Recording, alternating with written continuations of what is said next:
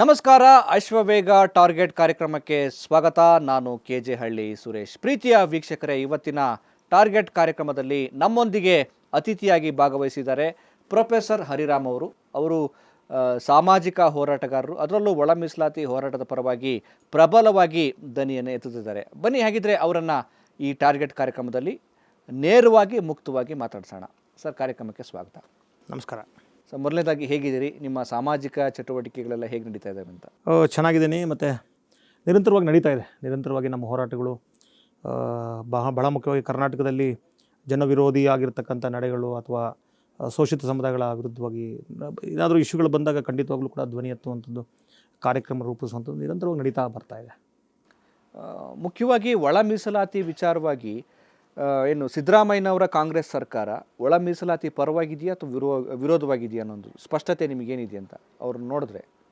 ಅಲ್ಲ, ಈಗ ಅವರು ಮಾಡ್ತಾ ಇರ್ತಕ್ಕಂಥ ಡಿಲೇ ಟ್ಯಾಕ್ಟಿಕ್ಸನ್ನು ನೋಡಿದಂಥ ಸಂದರ್ಭದಲ್ಲಿ ನನಗನ್ಸುತ್ತೆ ಸಿದ್ದರಾಮಯ್ಯನವ್ರಿಗಾಗಲಿ ಕಾಂಗ್ರೆಸ್ನವ್ರಿಗಾಗಲಿ ಒಳ ಮೀಸಲಾತಿಯನ್ನು ಜಾರಿ ಮಾಡಬೇಕು ಅನ್ನುವಂಥ ಯಾವುದೇ ರೀತಿಯಾದಂಥ ಬದ್ಧತೆ ಆಗಲಿ ಅಥವಾ ಒಂದು ರೀತಿಯಾದಂಥ ಇವ್ರ ಮೇಲೆ ಇರತಕ್ಕಂಥ ಋಣವನ್ನು ತೀರಿಸ್ಕೊಳ್ಬೇಕು ಅನ್ನುವಂಥ ಏನಂತಾರೆ, ಒಂದು ಇವ್ರ ಮೇಲೆ ಇರತಕ್ಕಂಥ ದಲಿತರ ಮೇಲೆ ಇರತಕ್ಕಂಥ ಋಣ ಇದೆಯಲ್ಲ, ಆ ಋಣವನ್ನು ತೀರಿಸುವಂಥ ಕೆಲಸ ಮಾಡಬೇಕು, ಋಣಮುಕ್ತನಾಗಬೇಕು ಅನ್ನುವಂಥ ಯಾವ ಮನಸ್ಥಿತಿನೂ ನಮ್ಮ ಕಣ್ಣಿಗೆ ಕಾಣ್ತಾ ಇಲ್ಲ. ಅದು ಅದರಿಂದ ಏನು ಯಾವ ಶಕ್ತಿ ಕೆಲಸ ಮಾಡ್ತಾ ಇದೆ? ಅಥವಾ ನಿಜವಾಗಿಯೂ ಅವ್ರಿಗೆ ದಲಿತರ ಪರವಾಗಿ ಹೇಳ್ತಾರಲ್ಲ, ನಾನು ಕೂಡ ದಲಿತನೇ ಅಂತ ಹೇಳ್ಕೊಳ್ತಾರೆ, ಕೆಲವೊಂದು ಕಡೆ ಹೇಳಿದ್ದಾರೆ ಸಿದ್ದರಾಮಯ್ಯನವರು.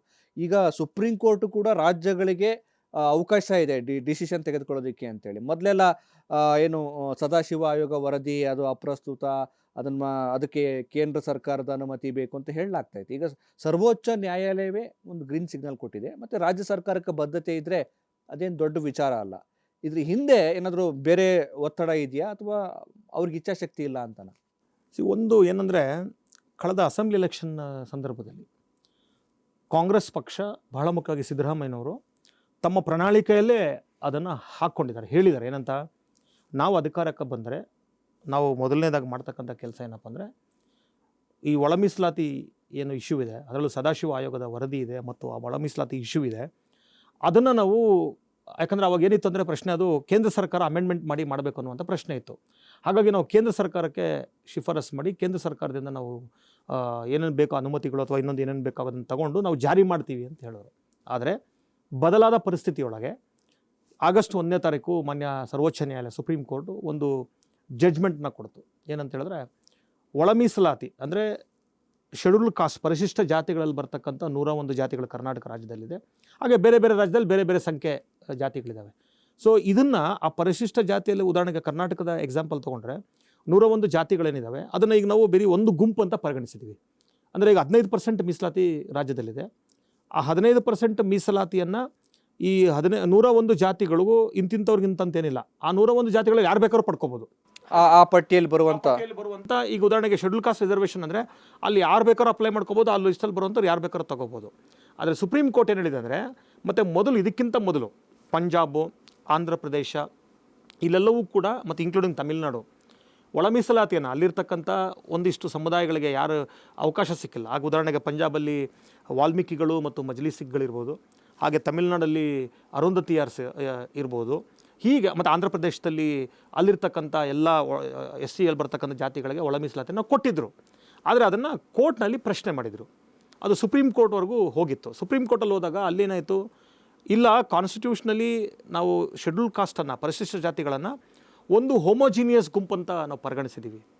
ಹಾಗಾಗಿ ನೀವು ಅದನ್ನು ಮತ್ತೆ ಭಾಗ ಮಾಡಲಿಕ್ಕೆ ಬರಲ್ಲ, ಯಾಕಂದರೆ ಒಂದೇ ಗುಂಪನ್ನು ಮತ್ತೆ ನೀವು ಭಾಗ ಮಾಡಲಿಕ್ಕೆ ಬರಲ್ಲ ಅಂತೇಳಿ ಜಡ್ಜ್ಮೆಂಟ್ ಕೊಟ್ಟಿತ್ತು. ಅದನ್ನು ಮತ್ತೆ 7 ಸದಸ್ಯರ ಪೀಠಕ್ಕೆ ಅದು ಪ್ರಶ್ನೆ ಬಂತು. ಅದ್ರ ಮುಂದೆ ಅದನ್ನು ಕೂಲಂಕುಷವಾಗಿ ವರ್ಷಾನುಗಟ್ಟಲೆ ಸುಪ್ರೀಂ ಕೋರ್ಟ್ ಅದನ್ನ ಪರಿಶೀಲನೆ ಮಾಡಿ ಕೊನೆಗೆ ಅವರು ಕೊಟ್ಟಂಥ ತೀರ್ಪೇನಪ್ಪ ಅಂದರೆ, ಶೆಡ್ಯೂಲ್ಡ್ ಕಾಸ್ಟ್ ಅನ್ನುವುದು, ಪರಿಶಿಷ್ಟ ಜಾತಿ ಅನ್ನುವುದು, ಯಾಕಂದ್ರೆ ನಮಗೆ ಭಾಳ ಜನರಿಗೆ ತಪ್ಪು ಮಾಹಿತಿ ಏನಪ್ಪ ಇದೆ ಅಂದರೆ, ಪರಿಶಿಷ್ಟ ಜಾತಿ ಅಥವಾ SC ಅಂದರೆ ಅದೊಂದು ಜಾತಿ ಅಂತ ನಮ್ಮಲ್ಲಿ ತಪ್ಪು ಕಲ್ಪನೆ ಇದೆ. ಪರಿಶಿಷ್ಟ ಜಾತಿ ಅಥವಾ ಶೆಡ್ಯೂಲ್ಡ್ ಕಾಸ್ಟ್ ಅಂದರೆ ಒಂದು ಜಾತಿ ಅಲ್ಲ, ಅದು ಜಾತಿಯ ಹೆಸರಲ್ಲ. ಶೆಡ್ಯೂಲ್ಡ್ ಕಾಸ್ಟ್ ಅಂದರೆ, ಶೆಡ್ಯೂಲ್ಡ್ ಕಾಸ್ಟ್ ಅಂದರೆ ಅದರಲ್ಲಿ ನೋಡಿ, ಶೆಡ್ಯೂಲ್ಡ್ ಕಾಸ್ಟ್ ಅಂದರೆ ಒಂದಿಷ್ಟು ಜಾತಿಗಳನ್ನು ಪಟ್ಟಿ ಮಾಡಿರ್ತಕ್ಕಂಥದ್ದು. ಯಾವ ಜಾತಿಗಳು? ಆರ್ಟಿಕಲ್ 15(4) ಮತ್ತು ಆರ್ಟಿಕಲ್ 16(4) ಕಾನ್ಸ್ಟಿಟ್ಯೂಷನ್ ಹೇಳುವ ಹಾಗೆ 15(4) ಆಧಾರದ ಮೇಲೆ ಯಾವ ಸಮುದಾಯಗಳು ಸಾಮಾಜಿಕವಾಗಿ ಶೈಕ್ಷಣಿಕವಾಗಿ ಹಿಂದುಳಿದಿದ್ದಾರೆ, ಹಾಗೆ 16(4) ಆರ್ಟಿಕಲ್ ಉದ್ಯೋಗದ ಮೀಸಲಾತಿಯ ಆಧಾರದ ಮೇಲೆ ಯಾವ ಸಮುದಾಯಗಳಿಗೆ ಸರ್ಕಾರಿ ನೌಕರಿಯಲ್ಲಿ ಅವರ ಜನಸಂಖ್ಯೆಗೆ ಅನುಗುಣವಾಗಿ ಪ್ರಾತಿನಿಧ್ಯ ಸಿಕ್ಕಿಲ್ಲ, ಈ ಸಮುದಾಯಗಳನ್ನು ಅವರು ಶೆಡ್ಯೂಲ್ ಕಾಸ್ಟ್ ಲಿಸ್ಟಲ್ಲಿ, ಅಂದರೆ ಕರ್ನಾಟಕದಲ್ಲಿ ಈಗ 101 ಜಾತಿಗಳು ಆ ಪಟ್ಟಿಯಲ್ಲಿ ಇದ್ದಾವೆ. ಹಾಗಾಗಿ ಸುಪ್ರೀಂ ಕೋರ್ಟ್ ಏನು ಹೇಳ್ತು, ಈ 101 ಜಾತಿಗಳು ಕೂಡ ಅದು ಹೋಮೋಜೀನಿಯಸ್ ಅಲ್ಲ, ಅಂದರೆ ಅದು ಒಂದು ಗುಂಪಲ್ಲ, ಅದು ವಿಭಿನ್ನವಾದ ಗುಂಪುಗಳು. ಯಾಕೆ ಅದನ್ನು ಹಾಗೆ ಹೇಳಿದ್ದಾರೆ ಅಂದರೆ, ನೀವು ತಗೊಳ್ಳಿ, ನೀವು ಉದಾಹರಣೆಗೆ ಭಾರತ ದೇಶದ ಜಾತಿ ವ್ಯವಸ್ಥೆ ಒಳಗೆ ಯಾವ 2 ಜಾತಿಗಳು ಸಮಾನವಾಗಿಲ್ಲ, ಯಾವ 2 ಜಾತಿ ಸಮಾನವಿಲ್ಲ. ಒಂದು ಸಾಮಾಜಿಕವಾಗಿರ್ಬೋದು ಅಥವಾ ಅವರ ಶೈಕ್ಷಣಿಕ, ಆರ್ಥಿಕ, ರಾಜಕೀಯ ಸ್ಥಿತಿಗತಿಗಳು ಕೂಡ ಇರ್ಬೋದು. ಉದಾಹರಣೆಗೆ ನೀವು ಯಾವುದೇ ಜಾತಿ ತಗೊಳ್ಳಿ, ಯಾವ ಜಾತಿ ಹೆಚ್ಚಿರ್ತದೋ ಅವರು ನಾನು ಇವ್ರಿಗಿಂತ ಮೇಲು ಅಥವಾ ಇವ್ರಿಗಿಂತ ಕೀಳು ಅಂತ ಹೇಳ್ತದೆ ಹೊರತು ನಾನು ಸಮಾನ ಅಂತ ಹೇಳೋದಿಲ್ಲ. ಸಾಮಾಜಿಕವಾಗಿ ಶೋಷಿತವಾಗಿರೋ ಸಮುದಾಯವೂ ಕೂಡ ಇನ್ನೂ ಶೋಷಣವಾಗಿರೋ ಹೇಳಲ್ಲ. ಯಾವ ಉದಾಹರಣೆಗೆ 101 ಪಟ್ಟಿಗಳಲ್ಲಿ ನೀವು ತಗೊಳ್ಳಿ, ನೀವು ಅಲ್ಲೂ ಕೂಡ ಒಂದು ಜಾತಿ ಮೇಲೆ ಒಂದು ಜಾತಿ ಕೆಳಗೆ ಹೊಂದಿದ್ದಾವೆ, ಅಲ್ಲೂ ಯಾವುದು ಸಮಾನವಾದಂಥ ಜಾತಿಗಳಂತ ಇಲ್ಲ. ಹಾಗಾಗಿ ಏನಾಗಿದೆ ಇಲ್ಲಿ, ಮತ್ತು ಇಲ್ಲಿ ಆ ಪಟ್ಟಿಯಲ್ಲಿ ನೀವು ತಗೊಂಡಾಗಲೂ ಕೂಡ ಬೇರೆ ಬೇರೆ ಕಾರಣಗಳಿಗೆ ಅಲ್ಲಿ ಬರುವ 101 ಜಾತಿಗಳು ಕೂಡ ಸಮಾನವಾದಂಥ ಶೈಕ್ಷಣಿಕ ಅವಕಾಶಗಳಾಗಲಿ, ಔದ್ಯೋಗಿಕ ಅವಕಾಶಗಳಾಗಲಿ, ರಾಜಕೀಯ ಅವಕಾಶಗಳಾಗಲಿ ಎಲ್ಲ 101 ಜಾತಿಗಳಿಗೂ ಸಿಕ್ಕಿಲ್ಲ. ನಾನು ಹೇಳ್ತೇನೆ, ಮತ್ತೆ ಹೇಳ್ತಾ ಇದ್ದೀನಿ, ವಿವಿಧ ಕಾರಣಗಳಿಗೆ, ಬೇರೆ ಕಾರಣಗಳು ಅಲ್ಲ. ಅದು ಈಗ ನೀವು ಹೇಳ್ಬೋದು. ಈಗ ಇನ್ನೊಂದು ಪ್ರಶ್ನೆ ಬರುತ್ತೆ, ಈ ಒಳ ಮೀಸಲಾತಿ ಅನ್ನುವಂಥದ್ದು ದಲಿತ ಸಮುದಾಯದ ಒಗ್ಗಟ್ಟನ್ನು ಹೊಡೆಯುವ ಹುನ್ನಾರ ಅನ್ನುವಂಥ ವಾದ ಕೂಡ ಇದೆ. ಇದು ನಾನ್ಸೆನ್ಸ್. ಇದು ಹೇಗೆ ಇದು ವಾದ ಅಂತ ಹೇಳಿದ್ರೆ, ಇದಕ್ಕಿಂತ ಮೊದಲು ಮೀಸಲಾತಿಯನ್ನು ಕೊಟ್ಟಂಥ ಸಂದರ್ಭದಲ್ಲೂ ಕೂಡ ಆ ಕಾಲಘಟ್ಟದಲ್ಲಿ ನಾನು ಹೇಳ್ತಿರೋದು 1935ನೇ ಇಸ್ವಿ, ಅದಕ್ಕಿಂತ ನೀವು ಹಿಂದೆ ಹೋದರೆ 1919ರಿಂದನೂ ಕೂಡ. ಯಾಕಂದರೆ 1919ರಿಂದ ಬಾಬಾ ಸಾಹೇಬ್ ಅಂಬೇಡ್ಕರ್ ಮೀಸಲಾತಿಯನ್ನು ಕೊಡಬೇಕು ಅಂತ ಕೇಳ್ಕೊಂಡು ಬಂದಂಥವ್ರು. ಅದನ್ನು ಆ ಕಾಲಘಟ್ಟದ ಕಾಂಗ್ರೆಸ್, ಆ ಕಾಲಘಟ್ಟದಲ್ಲಿದ್ದಂಥ ಬಹಳ ಎತ್ತರವಾದಂಥ ನಾಯಕರು ಗಾಂಧೀಜಿಯವರು, ಮತ್ತು ಆ ಕಾಲದ ಹಿಂದೂ ಮಹಾಸಭಾ, ಆ ಕಾಲದಲ್ಲಿದ್ದಂಥ ಎಲ್ಲ ರಾಜಕೀಯ ಪಕ್ಷಗಳು ಹೇಳ್ತಾ ಇದ್ದು ಇದೇ ಆರ್ಗ್ಯುಮೆಂಟ್. ಏನಪ್ಪ ಅಂದರೆ, ಅಂಬೇಡ್ಕರ್ ಅವರು ದಲಿತರಿಗೆ ಅವರ ಸಾಮಾಜಿಕ ಮತ್ತು ಶೈಕ್ಷಣಿಕ ಸ್ಥಿತಿಗತಿಗಳ ಆಧಾರದ ಮೇಲೆ ಅವ್ರಿಗೊಂದು ಮೀಸಲಾತಿ ಕೊಡಬೇಕು ಅಂತ ಹೇಳಿದಾಗ ಅವ್ರು ಹೇಳ್ದಂಥದ್ದು ಇದೇ ಆರ್ಗ್ಯುಮೆಂಟ್. ಏನಪ್ಪ ಅಂದರೆ, ನಾವು ಇವರಿಗೆ ಮೀಸಲಾತಿಯನ್ನು ಕೊಟ್ಬಿಟ್ರೆ ಹಿಂದೂ ಸಮಾಜ ಒಡೆದೋಗುತ್ತೆ, ಹಿಂದೂ ಸಮಾಜ ಭಾಗ ಆಗುತ್ತೆ ಅಂತ. ಆವಾಗ ಅಂಬೇಡ್ಕರ್ ಭಾಳ ಅದ್ಭುತವಾಗಿ ಕೇಳ್ತಾರೆ, ಭಾಗ ಆಗೋದು, ಒಡೆದೋಗೋದು ಯಾವಾಗಪ್ಪ ಅಂದರೆ ಇವರು ಒಂದಾಗಿದ್ದಾಗ. ಇವರು ಒಂದಾಗಿ ಎಲ್ಲಿದ್ದಾರೆ? ಇವರು ಹಳ್ಳಿಗಳಲ್ಲಿ ಕೇರಿಗಳಿದ್ದಾವೆ, ಊರಿದೆ, ಅಗ್ರಹಾರ ಇದೆ, 3 ಭಾಗ ಆಗಿದ್ದಾವೆ. ಅಗ್ರಹಾರದಲ್ಲಿರೋನು ಊರಿಗೆ ಬರಲ್ಲ, ಊರಲ್ಲಿರೋನು ಕೇರಿಗೆ ಬರಲ್ಲ. ಇವರು ಆಮೇಲೆ ಇವ್ರ ಮದುವೆಗೆ ಅವ್ರು ಬರಲ್ಲ, ಅವ್ರ ಮದುವೆಗೆ ಇವ್ರು ಹೋಗಲ್ಲ, ಇವ್ರ ಮಕ್ಕಳನ್ನ ಅವ್ರು ಕೊಡಲ್ಲ, ಅವ್ರ ಮಕ್ಕಳು ಇವ್ರು ತಗೊಳ್ಳಲ್ಲ. ಮಕ್ಕಳನ್ನ ಮದುವೆ ಮಾಡ್ಕೊಳ್ಳೋದಿರಲಿ, ಒಟ್ಟು ಕುಟ್ಕೊಂಡು ಊಟ ಮಾಡಲ್ಲ ಇವರು. ಇವ್ರ ಊರಿಗೆ ಅವ್ರು ಬರಲ್ಲ. ಹೆಂಗೆ ನೀವು ಒಂದಂತ ಹೇಳ್ತೀರಿ ನೀವು? ಅವ್ರು ಒಂದು ಅಲ್ಲವೇ ಅಲ್ಲ. ನಾನು ಮೀಸಲಾತಿ ಕೇಳ್ತಾ ಇರೋದೇ ಇವರು ಒಂದಲ್ಲ ಅನ್ನೋ ಕಾರಣಕ್ಕೆ. ಆಗ ಗಾಂಧೀಜಿಯವರನ್ನು ಒಳಗೊಂಡಂತೆ ಕಾಂಗ್ರೆಸ್ಸು ಹೇಳಿದ್ದು ಇದೇ ವಾದ, ಅಂದರೆ ಮೀಸಲಾತಿ ಕೊಡೋ ಮುಖಾಂತರ ಹಿಂದೂ ಧರ್ಮ ಹೋಳಾಗುತ್ತೆ ಅಂತ. ಇವತ್ತು ಒಂದಿಷ್ಟು ಪಟ್ಟಭದ್ರ ಹಿತಾಸಕ್ತಿಗಳು ಅದೇ ವಾದವನ್ನು, ಯಾರೋ ಒಂದಿಷ್ಟು ಜನ ನಾವು ಅಂಬೇಡ್ಕರ್ವಾದಿಗಳು, ನಾವು ಸಂವಿಧಾನ ಪರವಾಗಿರ್ತಕ್ಕಂಥವ್ರು ಹೇಳ್ತಾರೆ, ಅವರು ಬಾಬಾ ಸಾಹೇಬ್ ಅಂಬೇಡ್ಕರ್ ಅವರ ಸಿದ್ಧಾಂತ ಮತ್ತು ಸಂವಿಧಾನದ ಸಿದ್ಧಾಂತದ ವಿರುದ್ಧವಾಗಿ ಮಾತಾಡ್ತಾ ಇದ್ದಾರೆ. ನೀವು ಹೇಳಿದ್ರಲ್ಲ, ಜಾತಿಗಳು ಹೊಡೆದಾಗ್ತದೆ ಅಂತ. ನಾನು ಹೇಳೋದು, ಹೆಂಗೆ ಹೊಡೆದೋಗುತ್ತೆ? ಮತ್ತು ಬಹಳ ಮುಖ್ಯವಾಗಿ ಒಂದಾಗಿದ್ದರೆ ತಾನೇ ಇವರು. ಈ ಶೆಡ್ಯೂಲ್ ಕಾಸ್ಟಲ್ಲಿ ಬರ್ತಕ್ಕಂಥ ಎಲ್ಲ ಜಾತಿಗಳು ಯಾವಾಗ ಒಂದಾಗ್ತಾರಂದರೆ ಅವರ ಹಕ್ಕುಗಳನ್ನು ಕೇಳುವಾಗ ಅಷ್ಟೇ. ಯಾಕಂದರೆ ಬಹುತೇಕ ಜಾತಿಗಳ ಸಮಸ್ಯೆಗಳು ಒಂದೇ ಇದ್ದಾವೆ. ಹಾಗಾಗಿ ಆ ಹಕ್ಕುಗಳನ್ನು ಪಡ್ಕೊಳ್ಳೋಕ್ಕೋಸ್ಕರ ಒಂದು ಬರ್ತಾರೆ. ಆದರೆ ಇವತ್ತಿನವರೆಗೂ ಕೂಡ, ಈ ಉದಾಹರಣೆಗೆ ನಾನು ಎಕ್ಸಾಂಪಲ್ ಕೊಡ್ತೀನಿ, ಹೊಲೆಯರನ್ನ ಮಾದಿಗರು ಮಾಡ್ಕೊಳ್ಳೋದಿಲ್ಲ ಮದುವೆ, ಮಾದಿಗರನ್ನ ಹೊಲೆಯರು ಮದುವೆ ಮಾಡ್ಕೊಳ್ಳೋದಿಲ್ಲ. ಇನ್ನು ಅವ್ರಿಗಿಂತ ಮೇಲೆ ಹೋದರೆ ಇವತ್ತು ನೀವು ಬೋವಿಗಳು, ಇವ್ರನ್ನ ಹತ್ರಕ್ಕೆ ಸೇರಿಸಲ್ಲ. ಲಂಬಾಣಿಗಳು, ಇವ್ರನ್ನಂತೂ ಇವ್ರಿಗೂ ನಮಗೂ ಸಂಬಂಧನೇ ಇಲ್ಲ ಅಂತ ಭಾವಿಸ್ತಾರೆ. ಹಾಗೆ ನೀವು ಮತ್ತು ಅದರಲ್ಲೂ ಕೂಡ ಉದಾಹರಣೆಗೆ ನೀವು ಮಾದಿಗರೊಳಗೆ ಬಂದರೆ ಮತ್ತೆ ಸುಮಾರು 20ಕ್ಕಿಂತ ಹೆಚ್ಚು ಜಾತಿಗಳಿದ್ದಾವೆ. ಅಲ್ಲಿ ಒಂದು ಜಾತಿ ಸೇರೋದಿಲ್ಲ. ಹೊಲೆಯರಲ್ಲಿ ಬಂದರೆ ಅಲ್ಲೂ ಕೂಡ ಸುಮಾರು ಜಾತಿಗಳಿದ್ದಾವೆ. ಅಂದರೆ ಇವರು ಒಂದು ಅಲ್ಲ. ಎಸ್, ಒಳ್ಳೆ ಪಾಯಿಂಟ್ ರೈಸ್ ಮಾಡಿದ್ರಿ ಹರಿರಾಮ್ ಅವರೇ. ಈಗ ದಲಿತರಲ್ಲೇ ಏನು ಅಸಮಾನತೆ ಇದೆ ಜಾತಿಗಳ ನಡುವೆ ಅಂತ, ಅದರಲ್ಲಿ ಏನು ಅಲ್ಲಿ ಒಳ ಮೀಸಲಾತಿಯನ್ನು ಕಲ್ಪಿಸಿದರೆ ಒಂದು ವೇಳೆ ಈ ಅಸಮಾನತೆ ಅನ್ನೋದು ಇನ್ನು ಅದನ್ನು ಹೋಗಲಾಡಿಸೋದಕ್ಕೆ ಮದ್ದೇನು ಅಂತ. ನೀವು ಸಾಮಾಜಿಕವಾಗಿ ಹಿಂದುಳಿದಿದ್ದಾರೆ, ಅವ್ರನ್ನ ಮುನ್ನೆಲೆಗೆ ತರಬೇಕು, ಅದು ಓಕೆ. ಆದರೆ ನೀವು ಹೇಳಿದ್ರಲ್ಲ, ಈ ದಲಿತ ಸಮುದಾಯದಲ್ಲೇ ಒಂದು ತಾರತಮ್ಯ ಇದೆಯಲ್ಲ, ನಾವು ಅವ್ರಿಗಿಂತ ದೊಡ್ಡವರು ಅನ್ನೋದು, ಅದಕ್ಕೆ ಮದ್ದೇನು ಅಂತ. ಅದಕ್ಕೆ ಕಾರಣನೇ ಅಸಮಾನವಾದಂಥ ಅವಕಾಶಗಳು. ಇಲ್ಲೇನಾಗಿದೆ ಅಂದರೆ, first of all supreme court ಹೇಳೋದು ಹೋಮೋಜಿನಿಯಸ್ ಅಲ್ಲ, ಬೇರೆ ಕಮ್ಯುನಿಟಿಗಳು, ಬೇರೆ ಗ್ರೂಪ್ಗಳು, ಜಾತಿಗಳು. ಮತ್ತು ಅದ್ರ ಜೊತೆಗೆ ನೀವು ಪ್ರತಿಯೊಂದು ಜಾತಿಯನ್ನು ನೋಡಿ, ಪ್ರತಿಯೊಂದು ಜಾತಿಯು ಸಾಮಾಜಿಕವಾಗಿ, ಶೈಕ್ಷಣಿಕವಾಗಿ ಮತ್ತು ಆರ್ಥಿಕವಾಗಿ ಸಮಾನವಾಗಿಲ್ಲ. ಒಂದಿಷ್ಟು ಜಾತಿಗಳು ಶೈಕ್ಷಣಿಕವಾಗಿ, ಸಾಮಾಜಿಕವಾಗಿ, ಆರ್ಥಿಕವಾಗಿ ಸ್ವಲ್ಪ ಮುಂದಿದ್ದಾರೆ, ಇನ್ನು ಕೆಲವರು ಇನ್ನು ಸ್ವಲ್ಪ ಹಿಂದಿದ್ದಾರೆ, ಇನ್ನು ಕೆಲವರು ನಮ್ಮ ಕಣ್ಣಿಗೆ ಕಾಣದೇ ಇರೋಷ್ಟು ಹಿಂದಿದ್ದಾರೆ. ಅವ್ರು ಕಾಣದೇ ಇಲ್ಲ ನಮ್ಮ ಕಣ್ಣಿಗೆ. ಅವ್ರ ಸಮಾಜದಲ್ಲಿ ಇದಾರೆ ಅನ್ನೋದೇ ಗೊತ್ತಿಲ್ಲ. ದೇವ್ ಬಿಕಮ್ ಒಂಥರ ಏನು ನೀವು ಹೇಳಿದ್ರಲ್ಲ, ಅಜ್ಞಾತವಾಸಗಳಾಗ್ಬಿಟ್ಟವ್ರು ಅವರು. ಮತ್ತು ಅವ್ರಿಗೊಂದು ಜಾತಿಯ ಅಸ್ಮಿತೆನೂ ಇಲ್ಲ, ಅವ್ರಿಗೆ ಅಸ್ಮಿತೆನೂ ಇಲ್ಲ, ಅವರು ಮನುಷ್ಯರೇ ಅಲ್ಲ ಅಂತ. ಈಗ ನೀವು ಹೊಲೆಯರ್ ಮಾದಿಗರ ಪ್ರಶ್ನೆ ಬಿಟ್ಬಿಡಿ, ಅವ್ರಿಗಾದ್ರೂ ಒಂದು ಅಷ್ಟೋ ಇಷ್ಟೋ ಸಿಕ್ಕಿದೆ. ಇನ್ನೊಂದಿಷ್ಟು ಕಮ್ಯುನಿಟಿಗಳಿದ್ದಾವೆ ಅವರು. ಮತ್ತು ಉದಾಹರಣೆಗೆ ಒಂದಿಷ್ಟು ನೊಮ್ಯಾಡಿಕ್ ಶೆಡ್ಯೂಲ್ ಕಾಸ್ಟ್ಗಳಿದ್ದಾವೆ. ಈಗ ಮತ್ತೆ ಅವ್ರ ಕಥೆ ಏನು? ನಿಮ್ಮ ಹೋರಾಟ ಅವರನ್ನು ಸೇರಿಸ್ಕೊಳ್ಳೋದಾಗಿರುತ್ತೆ ಹೇಗೆ ಅಂತ ಅದೇ ಪ್ರಶ್ನೆ ಬರ್ತಾ ಇರೋದಿಲ್ಲ. ಒಂದು ಮೊದಲಿಂದ ಒಂದು ತಪ್ಪು ಕಲ್ಪನೆಯನ್ನು ಏನು ಸೃಷ್ಟಿ ಮಾಡಿದ್ದಾರೆ ಅಂದರೆ, ಇದು ಬಹುಶಃ ಒಳ ಮೀಸಲಾತಿ ಹೋರಾಟವನ್ನು ಶುರು ಮಾಡಿದಂಥವ್ರದ್ದು ತಪ್ಪಿದೆ. ಏನಂದರೆ, ಒಳ ಮೀಸಲಾತಿ ಅಂದರೆ ಇದು ಮಾದಿಗ ಸಮುದಾಯಕ್ಕೆ ಸೇರಿರ್ತಕ್ಕಂಥದ್ದು, ಅವರ ಹಕ್ಕನ್ನು ಪಡ್ಕೊಳ್ಳುವಂಥದ್ದು, ಅವರ ಶೇರನ್ನು ಪಡ್ಕೊಳ್ಳುವಂಥದ್ದು, ಮತ್ತು ಬೇರೆ ಉಳಿದ ಜಾತಿಗಳ ಹಕ್ಕನ್ನು ಕಿತ್ಕೊಳ್ಳೋದು ಅನ್ನುವಂಥ ನಿಟ್ಟಿನಲ್ಲಿ ಪ್ರತಿಬಿಂಬಿಸಿದ್ದಾರೆ. ಅಂದರೆ ನೀವು ಸುರೇಶ್ ಅವರು ಒಂದು ಜಾತಿ, ನೀವು ನಮ್ಮ ಪಾಲನ್ನು ಕಿತ್ಕೊಂಡ್ಬಿಟ್ಟಿದ್ದೀರಿ, ನಮಗೆ ಸಿಕ್ಕಿಲ್ಲ ಅಂತ ಹೇಳಿ ಏನಾಗಿದೆ ಅಂದರೆ, ಇಲ್ಲಿ ಪ್ರಾಕ್ಟಿಕಲ್ ಆಗಿ ಹೇಳ್ಬೇಕಾದ್ರೆ, ಆ್ಯಕ್ಚುಯಲ್ ಆಗಿ ಹೇಳ್ಬೇಕಾದ್ರೆ 15% ಮೀಸಲಾತಿ ಇದೆಯಲ್ಲ ಕರ್ನಾಟಕ ರಾಜ್ಯದಲ್ಲಿ, ಆ 15% ಮೀಸಲಾತಿ ಇವತ್ತು ಕೂಡ ಕಂಪ್ಲೀಟಾಗಿ ಆ ಕೋಟಾ ಫಿಲ್ ಆಗಿಲ್ಲ. ಇಲ್ಲಿವರೆಗೂ ಕರ್ನಾಟಕ ರಾಜ್ಯದಲ್ಲಿ ಮೀಸಲಾತಿ ಸಿಕ್ಕಿರೋದು ಕೇವಲ 8ರಿಂದ 9-10% ಮ್ಯಾಕ್ಸಿಮಮ್. ಅಂದರೆ ಇನ್ನೂ 5-6% ಇನ್ನೂ ಬಾಕಿ ಉಳಿದಿದೆ, ಫುಲ್ ಕಂಪ್ಲೀಟ್ ಆಗಿಲ್ಲ. ಆದರೆ 10% ಮೀಸಲಾತಿ ನಮಗೆ ಕೊಟ್ಟಿದ್ದಾರೆ ಅನ್ನೋದಾದರೆ, ಆ 10%ಅಲ್ಲಿ ಏನಾಗಿದೆ ಅಂದರೆ, ಈಗ ನಾವು ಇಬ್ಬರು ಇದ್ದೀವಿ, ನನಗೊಂದು ಅವಕಾಶ, ನಿಮಗೊಂದು ಅವಕಾಶ ಸಿಗಬೇಕಾಗಿತ್ತು. ಆದರೆ ಅಲ್ಲೇನಾಗಿದೆ ಅಂದರೆ, ಕಾರಣಾಂತರಗಳಿಂದ ಈಗ ನೋಡಿ, ನಿಮಗೆ ಕಂಪ್ಲೀಟ್ ಸಿಕ್ಕಿಲ್ಲ, ನನಗೂ ಸಿಕ್ಕಿಲ್ಲ. ಆದರೆ ಏನಾಗಿದೆ ಅಂದರೆ, ಇರುವ 2 ಹುದ್ದೆಗಳಲ್ಲಿ ನಿಮಗೆ ಸಿಕ್ಬಿಟ್ಟಿದೆ, ನನಗೆ ಸಂಪೂರ್ಣವಾಗಿ ಸಿಕ್ಕಿಲ್ಲ. ಹಾಗಾಗಿ ಇಲ್ಲೇನಾಗಿದೆ ಅಂದರೆ, ಒಳ ಮೀಸಲಾತಿ ಯಾಕೆ ಬೇಕಾಗಿದೆ ಅಂದರೆ, ಇಲ್ಲಿ ಎಲ್ಲ ಸಮುದಾಯಗಳಿಗೂ ಅವಕಾಶಗಳನ್ನು ಕೊಡಲಿಕ್ಕೆ, ಒಂದೊಂದು ಸಮುದಾಯದ ಜನಸಂಖ್ಯೆ ಒಂದೊಂದಷ್ಟಿದೆ, ಅದರ ಅನುಗುಣವಾಗಿ ಅದನ್ನು ಭಾಗ ಮಾಡಿ. ಉದಾಹರಣೆಗೆ ಈ ಒಳ ಮೀಸಲಾತಿ ಆಲ್ರೆಡಿ ಹಿಂದುಳಿದ ಜಾತಿಗಳಲ್ಲಿದೆ.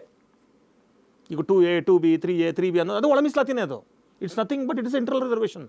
ಹಾಗಾಗಿ ಇದು ಹಿಂದುಳಿದ ಜಾತಿಗಳಲ್ಲಿದೆ ನೋಡಿ. ಹಾಗಾಗಿ ಅದಕ್ಕೇನಾಗಿದೆ, ಹಿಂದುಳಿದ ಜಾತಿಗಳಲ್ಲಿ ಒಂದಿಷ್ಟು ಎಲ್ಲ ಸಮುದಾಯಗಳಲ್ಲಿ, ಒಂದೊಂದು ಗುಂಪಲ್ಲಿರ್ತಕ್ಕಂಥ ಸಮುದಾಯಗಳಲ್ಲಿ ಅವಕಾಶಗಳು ಸಿಗ್ತದೆ. ಮತ್ತು ನೋಡಿ, ಈಗ ಅಲ್ಲಿ ಒಂದು ಹೊಸ ಧ್ವನಿ ಬಂದಿದೆ, ಮತ್ತೆ ಆ ಗುಂಪುಗಳಲ್ಲಿ ಒಂದಿಷ್ಟು ಜನ ಕಿತ್ಕೋತಾ ಇದ್ದಾರೆ, ಒಂದಿಷ್ಟು ಜನಕ್ಕೆ ಅವಕಾಶಗಳು. ಆಗ ಇಲ್ಲೂ ಅಷ್ಟೇ, ಇವತ್ತು ಈ ಒಳ ಮೀಸಲಾತಿ ಜಾರಿ ಆದಮೇಲೆ ಇನ್ನೊಂದು 10-20 ವರ್ಷಗಳ ನಂತರ ಒಳ ಮೀಸಲಾತಿ ಒಳಗೆ ಒಳ ಮೀಸಲಾತಿ ಪ್ರಶ್ನೆ. ಕರೆಕ್ಟ್. ಟಾರ್ಗೆಟ್ ಮುಂದುವರಿಯುತ್ತೆ ಒಂದು ವಿರಾಮದ ನಂತರ.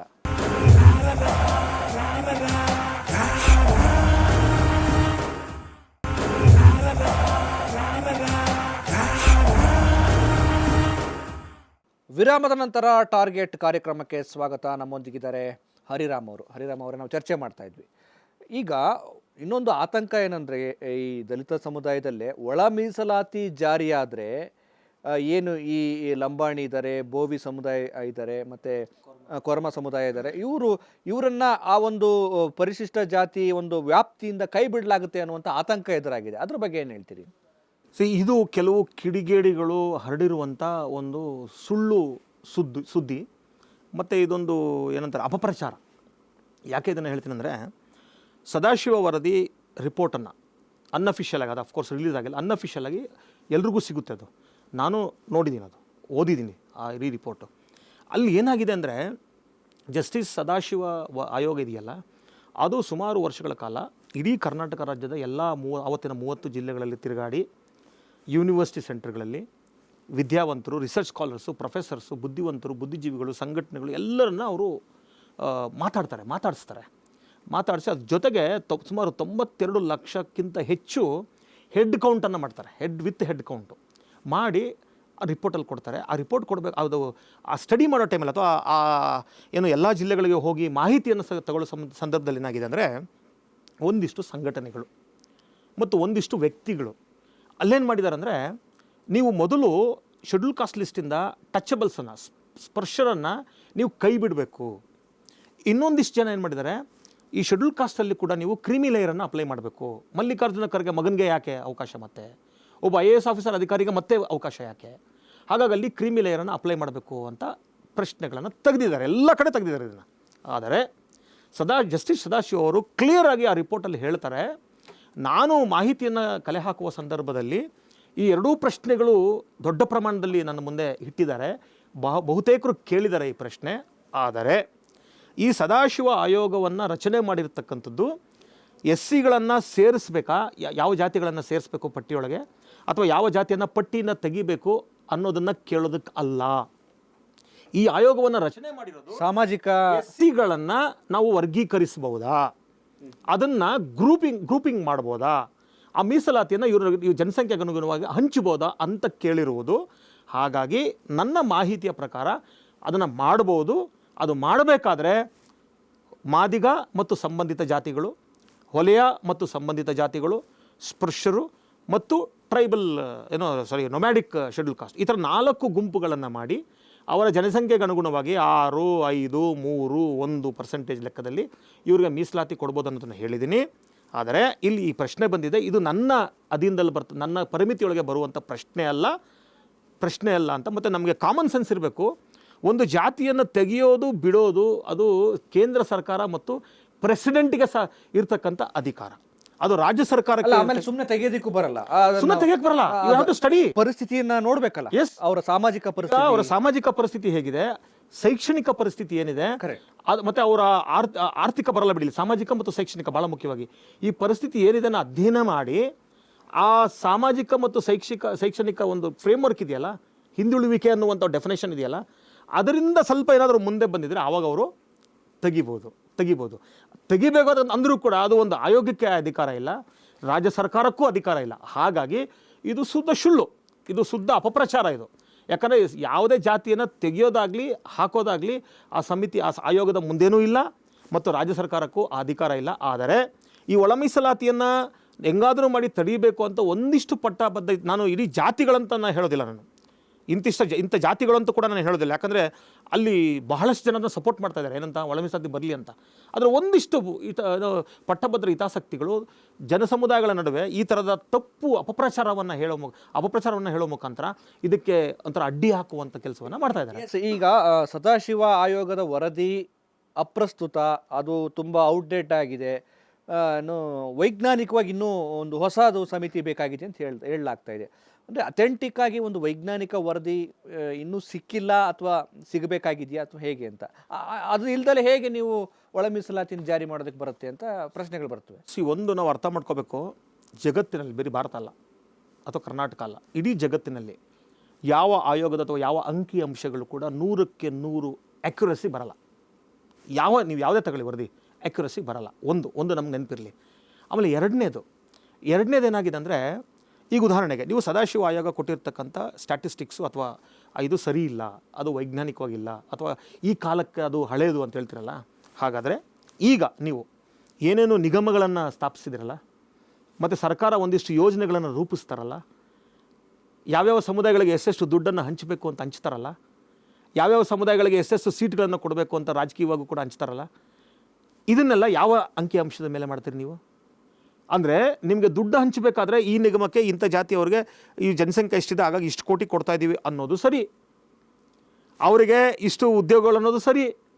ಆದರೆ ಅದನ್ನು ನೀವು ಎಲ್ರಿಗೂ ಸರಿಯಾಗಿ ಹಂಚಬೇಕಂದಾಗ ಮಾತ್ರ ಅದು ಸೈಂಟಿಫಿಕ್ ಅಲ್ಲ, ಅದು ವೈಜ್ಞಾನಿಕ ಅಲ್ಲ, ಇದು ನಾನ್ಸೆನ್ಸ್. ಒಂದು. ಎರಡನೇದು ಬಂದು ಯಾವಾಗಲೂ ಕೂಡ ಸೆನ್ಸಸ್ ಪ್ರತಿ 10 ವರ್ಷಕ್ಕೂ ಆಗುತ್ತೆ.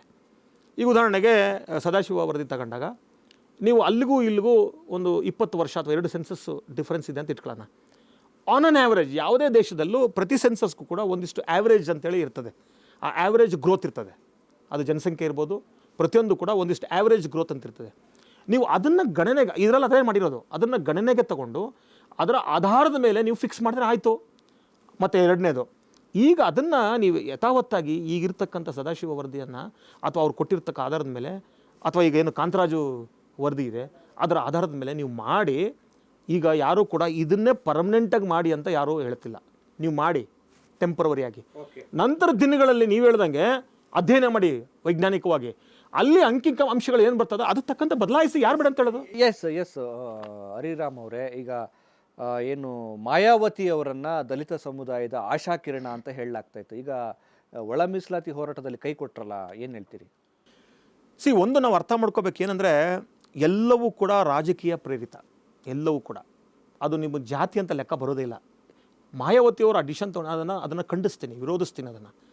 ಮತ್ತು ಯಾಕಂದರೆ ನಾನು ಆ ಪಕ್ಷದಲ್ಲಿ ಇದ್ದವನು, ಸುಮಾರು 20-25 ವರ್ಷಗಳ ಕೆಲಸ ಮಾಡಿ, ಬಹುಜನ ಚಳವಳಿ ಮಾಡಿದಂಥವ್ರು, ಅಧ್ಯಕ್ಷನಾಗಿದ್ದಂಥವನು ಕೂಡ ಆ ಪಕ್ಷದವನು. ಈಗ ಅಫ್ಕೋರ್ಸ್ ಈಗಿಲ್ಲ, ಒಂದು 6 ವರ್ಷದಿಂದ ಆಚೆ ಇದ್ದೀನಿ. ಮತ್ತು ನಾವು ಆ ಪಕ್ಷಕ್ಕೆಲ್ಲ ಹೋಗಿದ್ದು ಕೂಡ ಮಾನ್ಯವರು ಕಾಂಚನರಾಮ ಸಾಹೇಬ್ರು ಹೇಳ್ತಕ್ಕಂಥದ್ದು, ಯಾವ ಸಮುದಾಯಗಳಿಗೆ ಎಷ್ಟು ಪಾಲು ಬರಬೇಕು ಅಷ್ಟನ್ನು ಕೊಡಿಸೋದೇ ನಮ್ಮ ಉದ್ದೇಶ ಅಂತ ಹೇಳಿದ ಕಾರಣಕ್ಕೆ ನಾವು ಅದರಲ್ಲಿ ಓದಂಥದ್ದು. ಮತ್ತು ಮಾನ್ಯವಾದ ಕಾಂಶೀರಾಮ್ ಸಾಹೇಬರು ಅದಕ್ಕೆ ಬದ್ಧರಾಗಿದ್ದಂಥವ್ರು. ಆದರೆ ಈಗೇನಾಗಿದೆ ಅಂದರೆ ನೀವು ಉತ್ತರ ಭಾರತಕ್ಕೆ ತಗೊಂಡಾಗ ನೀವು ನೋಡಿ, ಉತ್ತರ ಭಾರತದ ಬಹುತೇಕ ದಲಿತರು ಅದನ್ನು ವಿರೋಧ ಮಾಡ್ತಾ ಇದ್ದಾರೆ. ಬಹುತೇಕ ಅನ್ನೋದಕ್ಕಿಂತ ಎಲ್ಲರೂ, ಚಂದ್ರಶೇಖರ್ ಆಜಾದ್ ಇರ್ಬೋದು, ಪಾಸ್ವಾನ್ ಮಗ ಇರ್ಬೋದು, ಚಿರಾಗ್ ಪಾಸ್ವಾನ್ ಇರ್ಬೋದು, ಮಾಯಾವತಿಯವರು ಇರ್ಬೋದು, ಎಲ್ಲರೂ. ಯಾಕೆ ಅಂದರೆ ನೀವು ಅಲ್ಲಿ ನೋಡಿ ಅಬ್ಸರ್ವ್ ಮಾಡಿ, ನೀವು ಆ ಭಾಗದಲ್ಲಿ ಏನಾಗಿದೆ ಅಂದರೆ ಅದೆಲ್ಲ ಚಮಾರ್ ಬೆಲ್ಟ್, ಚಮಾರ್ಗಳಂತೇಳಿ. ಅದು ಮಾದಿಗ ಜಾತಿ ಅಂತ ಹೇಳೋಕ್ಕಾಗಲ್ಲ, ಮಾದಿಗರಿಗೆ ಸಮಾನವಾದ, ಇಲ್ಲಿ ಮಾದಿಗರು ಅಲ್ಲ, ಇಲ್ಲಿನ ಸಮಗಾರರಿಗೆ ಸಮಾನವಾದಂಥ ಜಾತಿ ಅದು. ಅಲ್ಲೇನಾಗಿದೆ ಅಂದರೆ ಅವ್ರು ಮೆಜಾರಿಟಿ ಇದ್ದಾರೆ. ನೀವು ಉತ್ತರ ಪ್ರದೇಶ ತಗೊಂಡಾಗ ಉದಾಹರಣೆಗೆ ಇದು ಹೋಲ್ ಶೆಡ್ಯೂಲ್ ಕಾಸ್ಟ್ ಪಾಪ್ಯುಲೇಷನ್ ಒಳಗೆ ಮೋರ್ ದೆನ್ 65% ಇದ್ದಾರೆ ಚಮಾರರು. ಅದು ನೆಕ್ಸ್ಟ್ ಬಿಟ್ಟರೆ ವಾಲ್ಮೀಕಿಗಳು, ಆಮೇಲೆ ಪಾಸಿಗಳು, ಇನ್ನು ಬೇರೆ ಬೇರೆ ಜಾತಿಗಳು, ಅವರೆಲ್ಲ ಎಷ್ಟಪ್ಪ ಇದ್ದಾರೆ ಅಂದರೆ 6%, 16%, 2%, 1%, 3% ಇರುವಂಥ ಜನ. ಬಟ್ ಚಮಾರ್ಗಳು ಜಾಸ್ತಿ ಇದ್ದಾರೆ ಅಲ್ಲಿ. ಮತ್ತು ಅಲ್ಲಿನ ಎಲ್ಲ ಅವಕಾಶಗಳನ್ನು ಈ ಚಮಾರ್ಗಳು ಕಬಳಿಸ್ತಾ ಇದ್ದಾರೆ. ಅಂದರೆ ಅಲ್ಲಿ ಕಾಂಪಿಟೇಷನ್ ಇಲ್ಲ, ಇವರೇ ಎಲ್ಲ. ಹಾಗಾಗಿ ಏನಾಗುತ್ತೆ, ಸಹಜವಾಗಿ ಒಂದು ಜಾತಿಗೆ ನನಗೆ ಸಿಗ್ತಾ ಇರುವಂಥ ಅವಕಾಶಗಳು ನಾನು ಎಲ್ಲಿ ಕಳ್ಕೊತೀನೋ ಅನ್ನೋ ಭಯ. ಹಾಗಾಗಿ ಆ ಸಮುದಾಯ ನಮ್ಗೆ ಬೇಡ ಅಂತ ಇದ್ದಾರೆ. ಅಲ್ಲಿ ಇವರು ಓಟ್ ಇರೋದು ಅಲ್ಲೇ ಚಮಾರ್ ಓಟ್ಗಳು.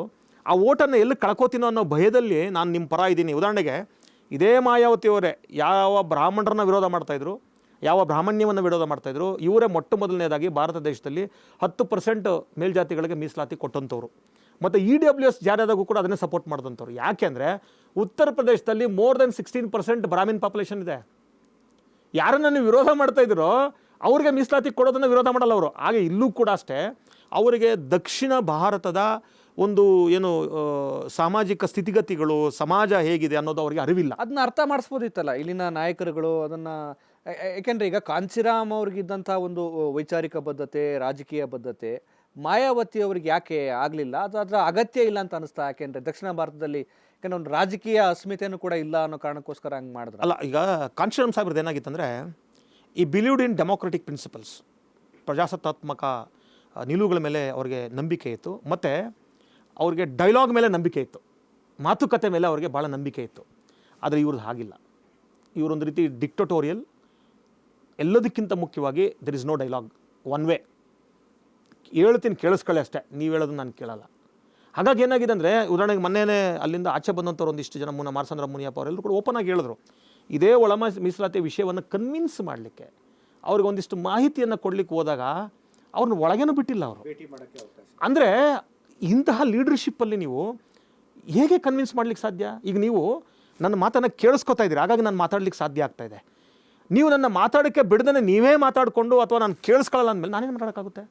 ನೀವು ನನ್ನ ಈ ಸ್ಟುಡಿಯೋಗೆ ಕರೆದು ಕೂರಿಸಲೇ ಇಲ್ಲ, ನಾನು ಹಿಂಗೆ ಮಾತಾಡಲಿಕ್ಕೆ. ಅಲ್ಲಿಗೆ ಬಹುಜನ ಚಳವಳಿ, ಬಹುಜನ ಏನು ಸಂಸ್ಕೃತಿ, ಈ ಒಂದು ಹೋರಾಟದ ಕಥೆ ಏನು ಅಂತ ಅದು ಅಲ್ಲ.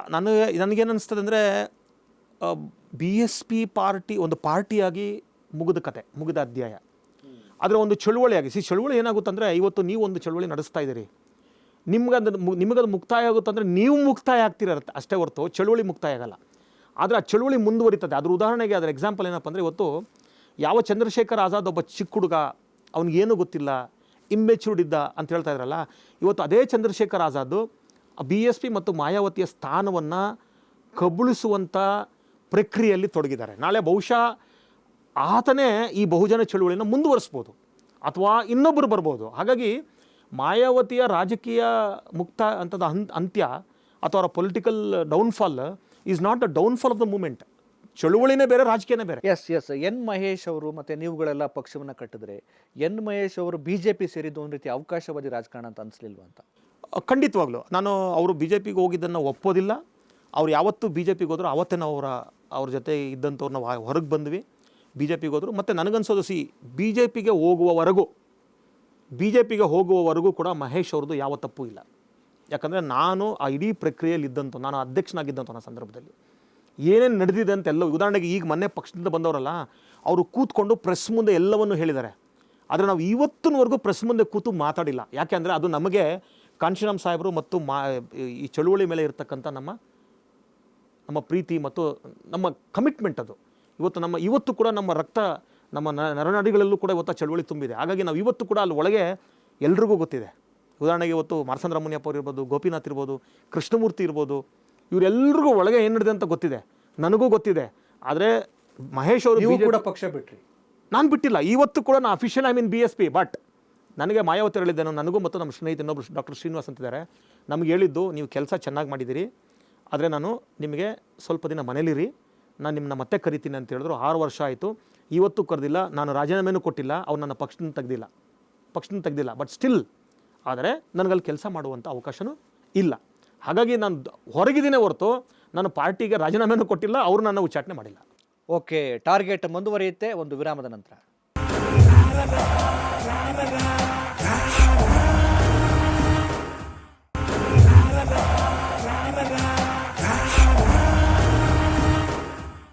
ಬ್ರೇಕ್ ನಂತರ ಟಾರ್ಗೆಟ್ ಕಾರ್ಯಕ್ರಮಕ್ಕೆ ಮತ್ತೆ ಸ್ವಾಗತ. ಹರಿರಾಮ್ ಅವರೇ, ಈ ನೆಲದಲ್ಲಿ ದಲಿತರು ಘನತೆಯ ಬಾಳನ್ನ ಬಾಳಬೇಕು ಅನ್ನುವಂಥದ್ದು ಇನ್ನೂ ಕೂಡ ಒಂದು ರೀತಿ ಗಗನ ಕುಸುಮವಾಗಿ ಉಳಿದಿದೆ ಅಂತ. ದಲಿತರು ಕಟಿಂಗ್ ಶಾಪ್ಗೆ ಹೋಗಂಗಿಲ್ಲ, ದಲಿತರು ದೇವಸ್ಥಾನಕ್ಕೆ ಹೋಗಂಗಿಲ್ಲ ಬಡಿತಾರೆ, ದಲಿತರು ಪ್ರೀತಿ ಮಾಡಂಗಿಲ್ಲ ಬಡಿತಾರೆ. ಏನು, ಯಾಕೆ ಹಿಂಗೆ ಅಂತ? ಯಾವಾಗ ದಲಿತರ ಬದುಕು ಮುನ್ನೆಲೆಗೆ ಬರೋದು, ಘನತೆಗೆ ಬರೋದು ಅಂತ? ಯಾವಾಗ ಭಾರತೀಯನು ಮನುಷ್ಯನಾಗ್ತಾನೆ, ಯಾವಾಗ ಭಾರತೀಯನಾಗ್ತಾನೆ, ಆಗ ಇದು ಹೋಗುತ್ತೆ. ಬಾಬಾ ಸಾಹೇಬ್ರು ಆವತ್ತೇ ಹೇಳಿದರು, India is not a nation, it is yet to become a nation ಅಂತ. India is a nation of nations ಅಂತ ಹೇಳಿದರು. ಅಂದರೆ ಈ ಭಾರತ ಅನ್ನೋದು ಜಾತಿಗಳ ದೇಶ. ಒಂದೊಂದು ಜಾತಿಯು ಒಂದೊಂದು ದೇಶ, ಒಂದೊಂದು ಜಾತಿಯು ಒಂದೊಂದು ಸಂಸ್ಕೃತಿ, ಒಂದೊಂದು ಜಾತಿಯು ಕೂಡ ಒಂದೊಂದು ಗುಂಪು. ಸೊ ಎಲ್ಲಿಯವರೆಗೂ ನನಗೆ ನನ್ನ ಜಾತಿ ಶ್ರೇಷ್ಠ, ನನ್ನ ಜಾತಿಯೇ ಮುಖ್ಯ, ನನ್ನ ಜಾತಿ ಉದ್ಧಾರ ಆದರೆ ಮಾತ್ರ ಸಾಕು ಅನ್ನುವಂಥ ಭಾವನೆ ಇರ್ತದೆ. ಮತ್ತು ಅದು ಅಸ್ಪೃಶ್ಯರಲ್ಲೂ ಇದೆಯಲ್ಲ ಅದೇ ಅಲ್ಲ, ಅದನ್ನೇ ಹೇಳ್ತಿರೋದು ನಾನು. ಇದೇನಾಗುತ್ತಂದರೆ ಇದೊಂದು ಸೈಕಾಲಜಿ ಇದು. ಜಾತಿಯ ಬ್ಯೂಟಿನೇ ಅಷ್ಟೇ. ಏನಪ್ಪ ಅಂದರೆ ಜಾತಿ ಯಾಕೆ 2-3 ಸಾವಿರ ವರ್ಷಗಳಾದರೂ ಭಾರತ ದೇಶದಲ್ಲಿ ಜಾತಿ ಉಳ್ಕೊಂಡಿದೆ ಅಂದರೆ ಇದೇ ಕಾರಣಕ್ಕೆ. ಯಾಕೆ ಅಂದರೆ ನಿಮ್ಗೇನಾಗುತ್ತಂದರೆ, ನೀನು ಮೇಲೂ ನಾನು ಕೀಳು ಅಂದ ತಕ್ಷಣವೇ ನಮ್ಮಿಬ್ಬರ ನಡುವೆ ಸಂಘರ್ಷ ನಡೀತದೆ. ಈ ಉದಾಹರಣೆಗೆ ನೀವು ಪಾಶ್ಚಿಮಾತ್ಯ ದೇಶಗಳಲ್ಲಿ ಉದಾಹರಣೆಗೆ ನೀವು ಈ ವರ್ಣ ತಗೊಂಡಾಗ, ರೇಸ್ ತಗೊಂಡಾಗ, ಅಲ್ಲಿ ಇಡೀ ಕರಿಯರು ಬಿಳಿಯರ ವಿರುದ್ಧವಾಗಿ ಎದ್ದು ನಿಂತರು. ಅವರು ಒಂದಿಷ್ಟು ಅಟ್ಲೀಸ್ಟು ದಲಿತರು ಕಂಪೇರ್ ಮಾಡಿದ್ರೆ ಅವ್ರು ದಲಿತರಿಗಿಂತ ಒಂದು ದೊಡ್ಡ ಪ್ರಮಾಣದಲ್ಲಿ ಬಿಡುಗಡೆ ಆಗಲಿಕ್ಕೆ ಸಾಧ್ಯ ಆಯಿತು. ಯಾಕೆ ಅಂದರೆ ಬ್ಲ್ಯಾಕ್ಸ್ ಅಷ್ಟೇ ಅಲ್ಲಿ, ವೈಟ್ ಅಷ್ಟೇ ಅಲ್ಲಿ. ಆದರೆ ಇಂಡಿಯಾದಲ್ಲಿ ಏನಾಗಿದೆ ಅಂದರೆ ಈ ಶ್ರೇಣೀಕೃತ ಜಾತಿ ವ್ಯವಸ್ಥೆಯಲ್ಲಿ ಒಬ್ಬನ ಮೇಲೆ ಒಬ್ಬಿದ್ದಾನೆ, ಒಬ್ಬನ ಕೆಳಗೆ ಒಬ್ಬನಿದ್ದಾನೆ. ಇಲ್ಲೇನಾಗುತ್ತಂದರೆ ನನ್ನ ಮೇಲೆ ಬಹುಶಃ ಯಾರೋ ಇದ್ದಾರೆ ಅಂತ ಇಟ್ಕೊಳ್ಳಿ, ನನಗೆ ಅವನ ಮೇಲೆ ಸಿಟ್ಟಿದೆ, ಅದ್ರ ಜೊತೆಗೆ ಏನಾಗಿದೆ ಅಂದರೆ ನನ್ನ ಕೆಳಗೆ ಇನ್ನೊಬ್ಬನಿಂದ ನನ್ನ ಸಮಾಧಾನ ಇದೆ, ನನ್ನ ಮೇಲೆ ನನ್ನ ಕೆಳಗೆ ಇನ್ನೊಬ್ಬ ಇದ್ದಾನೆ ಸಮಾಧಾನ ಇದೆ. ಹಾಗಾಗಿ ನಾನು ಇದನ್ನು ವಿರೋಧ ಮಾಡಬೇಕು ಅಂದರೆ ನಾನು ಇವನ್ನೂ ಕೂಡ ಅಕ್ಸೆಪ್ಟ್ ಮಾಡ್ಕೋಬೇಕು. ಸೊ ಇದೇನಾಗಿದೆ, ನಿಮ್ಗೆ ಗೊತ್ತಿಲ್ಲದಂಗೆ ಜಾತಿಯ ಮನಸ್ಥಿತಿ ಇದೆಯಲ್ಲ ನಿಮಗೆ, ನಾವೆಲ್ಲರೂ ಸಮಾನ ಅಲ್ಲ ಅನ್ನುವಂಥದ್ದು ಬಂದಿದೆ. ಮತ್ತು ಬಹಳ ಮುಖ್ಯವಾಗಿ ನಮ್ದು ಏನಾಗಿದೆ ಅಂದರೆ ಭಾರತ ದೇಶದಲ್ಲಿ ನಾವು ಬಹಳ ಮಾಡ್ರನ್ನು ಅಂತ ಹೇಳ್ತೀವಿ. ನಾವು ಯಾವುದ್ರಲ್ಲಿ ಮಾಡ್ರನ್ ಆಗಿದ್ದೀವಿ ಅಂದರೆ, ನಾವು ಹಾಕೋ ಬಟ್ಟೆಯಲ್ಲಿ ಮಾಡ್ರನ್ ಆಗಿದ್ದೀವಿ, ನಾವು ಮಾತಾಡೋ ಭಾಷೆಯಲ್ಲಿ ಮಾಡ್ರನ್ ಆಗಿದ್ದೀವಿ, ನಾವು ತಿನ್ನೋ ಊಟದಲ್ಲಿ ಮಾಡ್ರನ್ ಆಗಿದ್ದೀವಿ, ನಾವು ಬೇರೆ ಬೇರೆ ಚಟುವಟಿಕೆಗಳಲ್ಲಿ ಮಾಡ್ರನ್ ಆಗಿದ್ದೀವಿ. ಆದರೆ ನಮ್ಮ ಮೆದುಳು ಮತ್ತು ನಮ್ಮ ಇದಾವಲ್ಲ, ಅದು ಇನ್ನೂ ಸನಾತನವಾಗೇ ಉಳ್ಕೊಂಡಿದೆ. ಈ ಸನಾತನವೇ ಭಾಳ ಡೇಂಜರ್. ಯಾಕೆ ಸನಾತನ ಅಂದರೆ ಜಗತ್ತು ಯಾವತ್ತೂ ಕೂಡ ಬದಲಾವಣೆ. ನಾನು ಹಿಂದೆ ನಡೆದಿದ್ದು ಅದನ್ನು ತಪ್ಪು ಅಂತ ಹೇಳೋದಿಲ್ಲ, ಆ ಕಾಲಕ್ಕೆ ಅದು ನಡೆದೋಯ್ತು. ನಾಳೆ ಬದಲಾಗಬೇಕಲ್ಲ ನಾವು. ನಾನು ಹಿಂದೆ ನಡೆದಿದ್ದು ನಾನು ಹಂಗೆ ನಡ್ಕೊತೀನಿ ಅಂದರೆ ಆಯ್ತಪ್ಪ. ಉದಾಹರಣೆಗೆ ನಾವು ನಮ್ಮ ಮೂಲಕ್ಕೆ ಹೋದಾಗ ನಾವು ಯಾರೂ ಬಟ್ಟೆ ಹಾಕ್ತಾಯಿಲ್ಲ, ಇವತ್ತು ಬಟ್ಟೆ ಬಿಚ್ಕೊಂಡು ತಿರುಗಾಡೋಕ್ಕಾಗುತ್ತಾ? ನಾವು ಹಿಂದೆ ತಗೊಂಡಾಗ ಪುಟ್ಗೋಸಿ ಹಾಕೋತಾ ಇದ್ವಿ, ಇವತ್ತು ಪುಟ್ಗೋಸಿ ಹಾಕೊಂಡು ತಿರುಗಾಡೋಕ್ಕಾಗುತ್ತಾ? ಹಾಗೆಯೇ ಜಾತಿ ಕೂಡ ಆ ಕಾಲದಲ್ಲಿ ಯಾವುದೋ ಕಾರಣಕ್ಕೆ ಇತ್ತು, ಈಗಲೂ ಅದನ್ನ ಮುಂದುವರ್ಸೋದಾ? ಅದು ನನ್ನ ಪರಂಪರೆ. ಆಗ ನಿನ್ನ ಪರಂಪರೆ ಪುಟ್ಗೋಸಿ ಕಟ್ಕೊಳ್ಳೋದು, ನಿನ್ನ ಪರಂಪರೆ ಬೆತ್ತಲೆ ತಿರುಗೋದು, ನಿನ್ನ ಪರಂಪರೆ ಗೆಣಸು ತಿನ್ನೋದು, ನಿನ್ನ ಪರಂಪರೆ ಹಸಿ ಮಾಂಸ ತಿನ್ನೋದು, ಅದನ್ನು ಕಂಟಿನ್ಯೂ ಮಾಡ್ರಿ. ಅದನ್ನೆಲ್ಲ ಬಿಟ್ಟು ಅಂದರೆ ಅದಕ್ಕೆ ನಾವು ಮಾನಸಿಕವಾಗಿ ಇನ್ನೂ ಕೂಡ ನಾವು ಹಿಂದಿನ ಕಾಲದಲ್ಲೇ ಅಂದರೆ ಪ್ರಾಚೀನ ಕಾಲದಲ್ಲೇ ಸ್ಟಕ್ ಆಗಿಬಿಟ್ಟಿದ್ದೀವಿ. ಅದನ್ನು ಬಿಟ್ಟು ನಾವು 2024ಕ್ಕೆ ಬಂದಾಗ ನಾನು ಮನುಷ್ಯನಾಗ್ತೀನಿ, ನಾನು ಜಾತಿಯನ್ನು ಮೀರ್ತೀನಿ, ಭಾರತೀಯನಾಗ್ತೀನಿ, ಆವಾಗ ಇದೆಲ್ಲವೂ ಕೂಡ ಹೋಗುತ್ತೆ. ಆದರೆ ಇಲ್ಲಿವರೆಗೂ ನಮ್ಮ ದೇಶದಲ್ಲಿ ನಾನು ಭಾರತೀಯ ಅನ್ನುವ ನೀವು ಬೇಕಾದ್ರೆ ಟೆಸ್ಟ್ ಮಾಡಿರ್ಬೇಕಾದ್ರೆ ನೀವು ಯಾವುದೇ ಸ್ಕೂಲ್ಗೆ ಹೋಗ್ರಿ. ನಾನು ಸುಮಾರು 15 ವರ್ಷ ಪಾಠ ಮಾಡೋದೊಂದು ಕಾಲೇಜಲ್ಲಿ, ಅಲ್ಲಿ ನಾನು ಪ್ರತಿ ಫಸ್ಟ್ ಕ್ಲಾಸಲ್ಲಿ ಕೇಳ್ತಾ ಇದ್ದೀನಿ, ಹೂ ಆರ್ ಯು ಅಂತ ಪ್ರಶ್ನೆ ಆಗ್ತಿದೆ, ನೀನು ಯಾರು ಅಂತ. ಆಶ್ಚರ್ಯ ಆಗೋದು ನನಗೆ.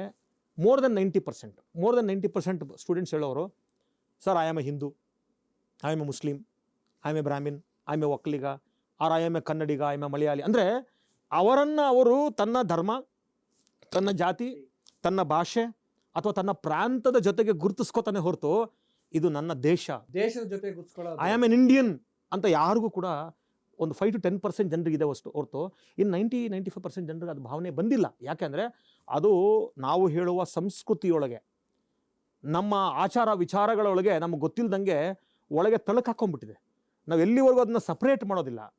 ನನ್ನ ಮನೆಯೊಳಗೆ ನಾನು ನನ್ನ ಜಾತಿ, ನನ್ನ ಧರ್ಮ, ಅದರ ಹೊರಗೆ ಬಂದಾಗ ನಾನೊಬ್ಬ ಭಾರತೀಯ ಅನ್ನುವಂಥ ಪ್ರಜ್ಞೆ ಬರಲ್ಲ. ಒಟ್ಟಾರೆ ಹೇಳ್ಬೇಕಾದ್ರೆ ನಾನು ಯಾವಾಗ ಮನುಷ್ಯನಾಗೋದಿಲ್ಲ, ನಾನು ಯಾವಾಗ ಭಾರತೀಯ ಅನ್ನೋ ಪ್ರಜ್ಞೆ ಬರೋದಿಲ್ಲ, ಅಲ್ಲಿವರೆಗೂ ಇದು ಮುಂದುವರಿ.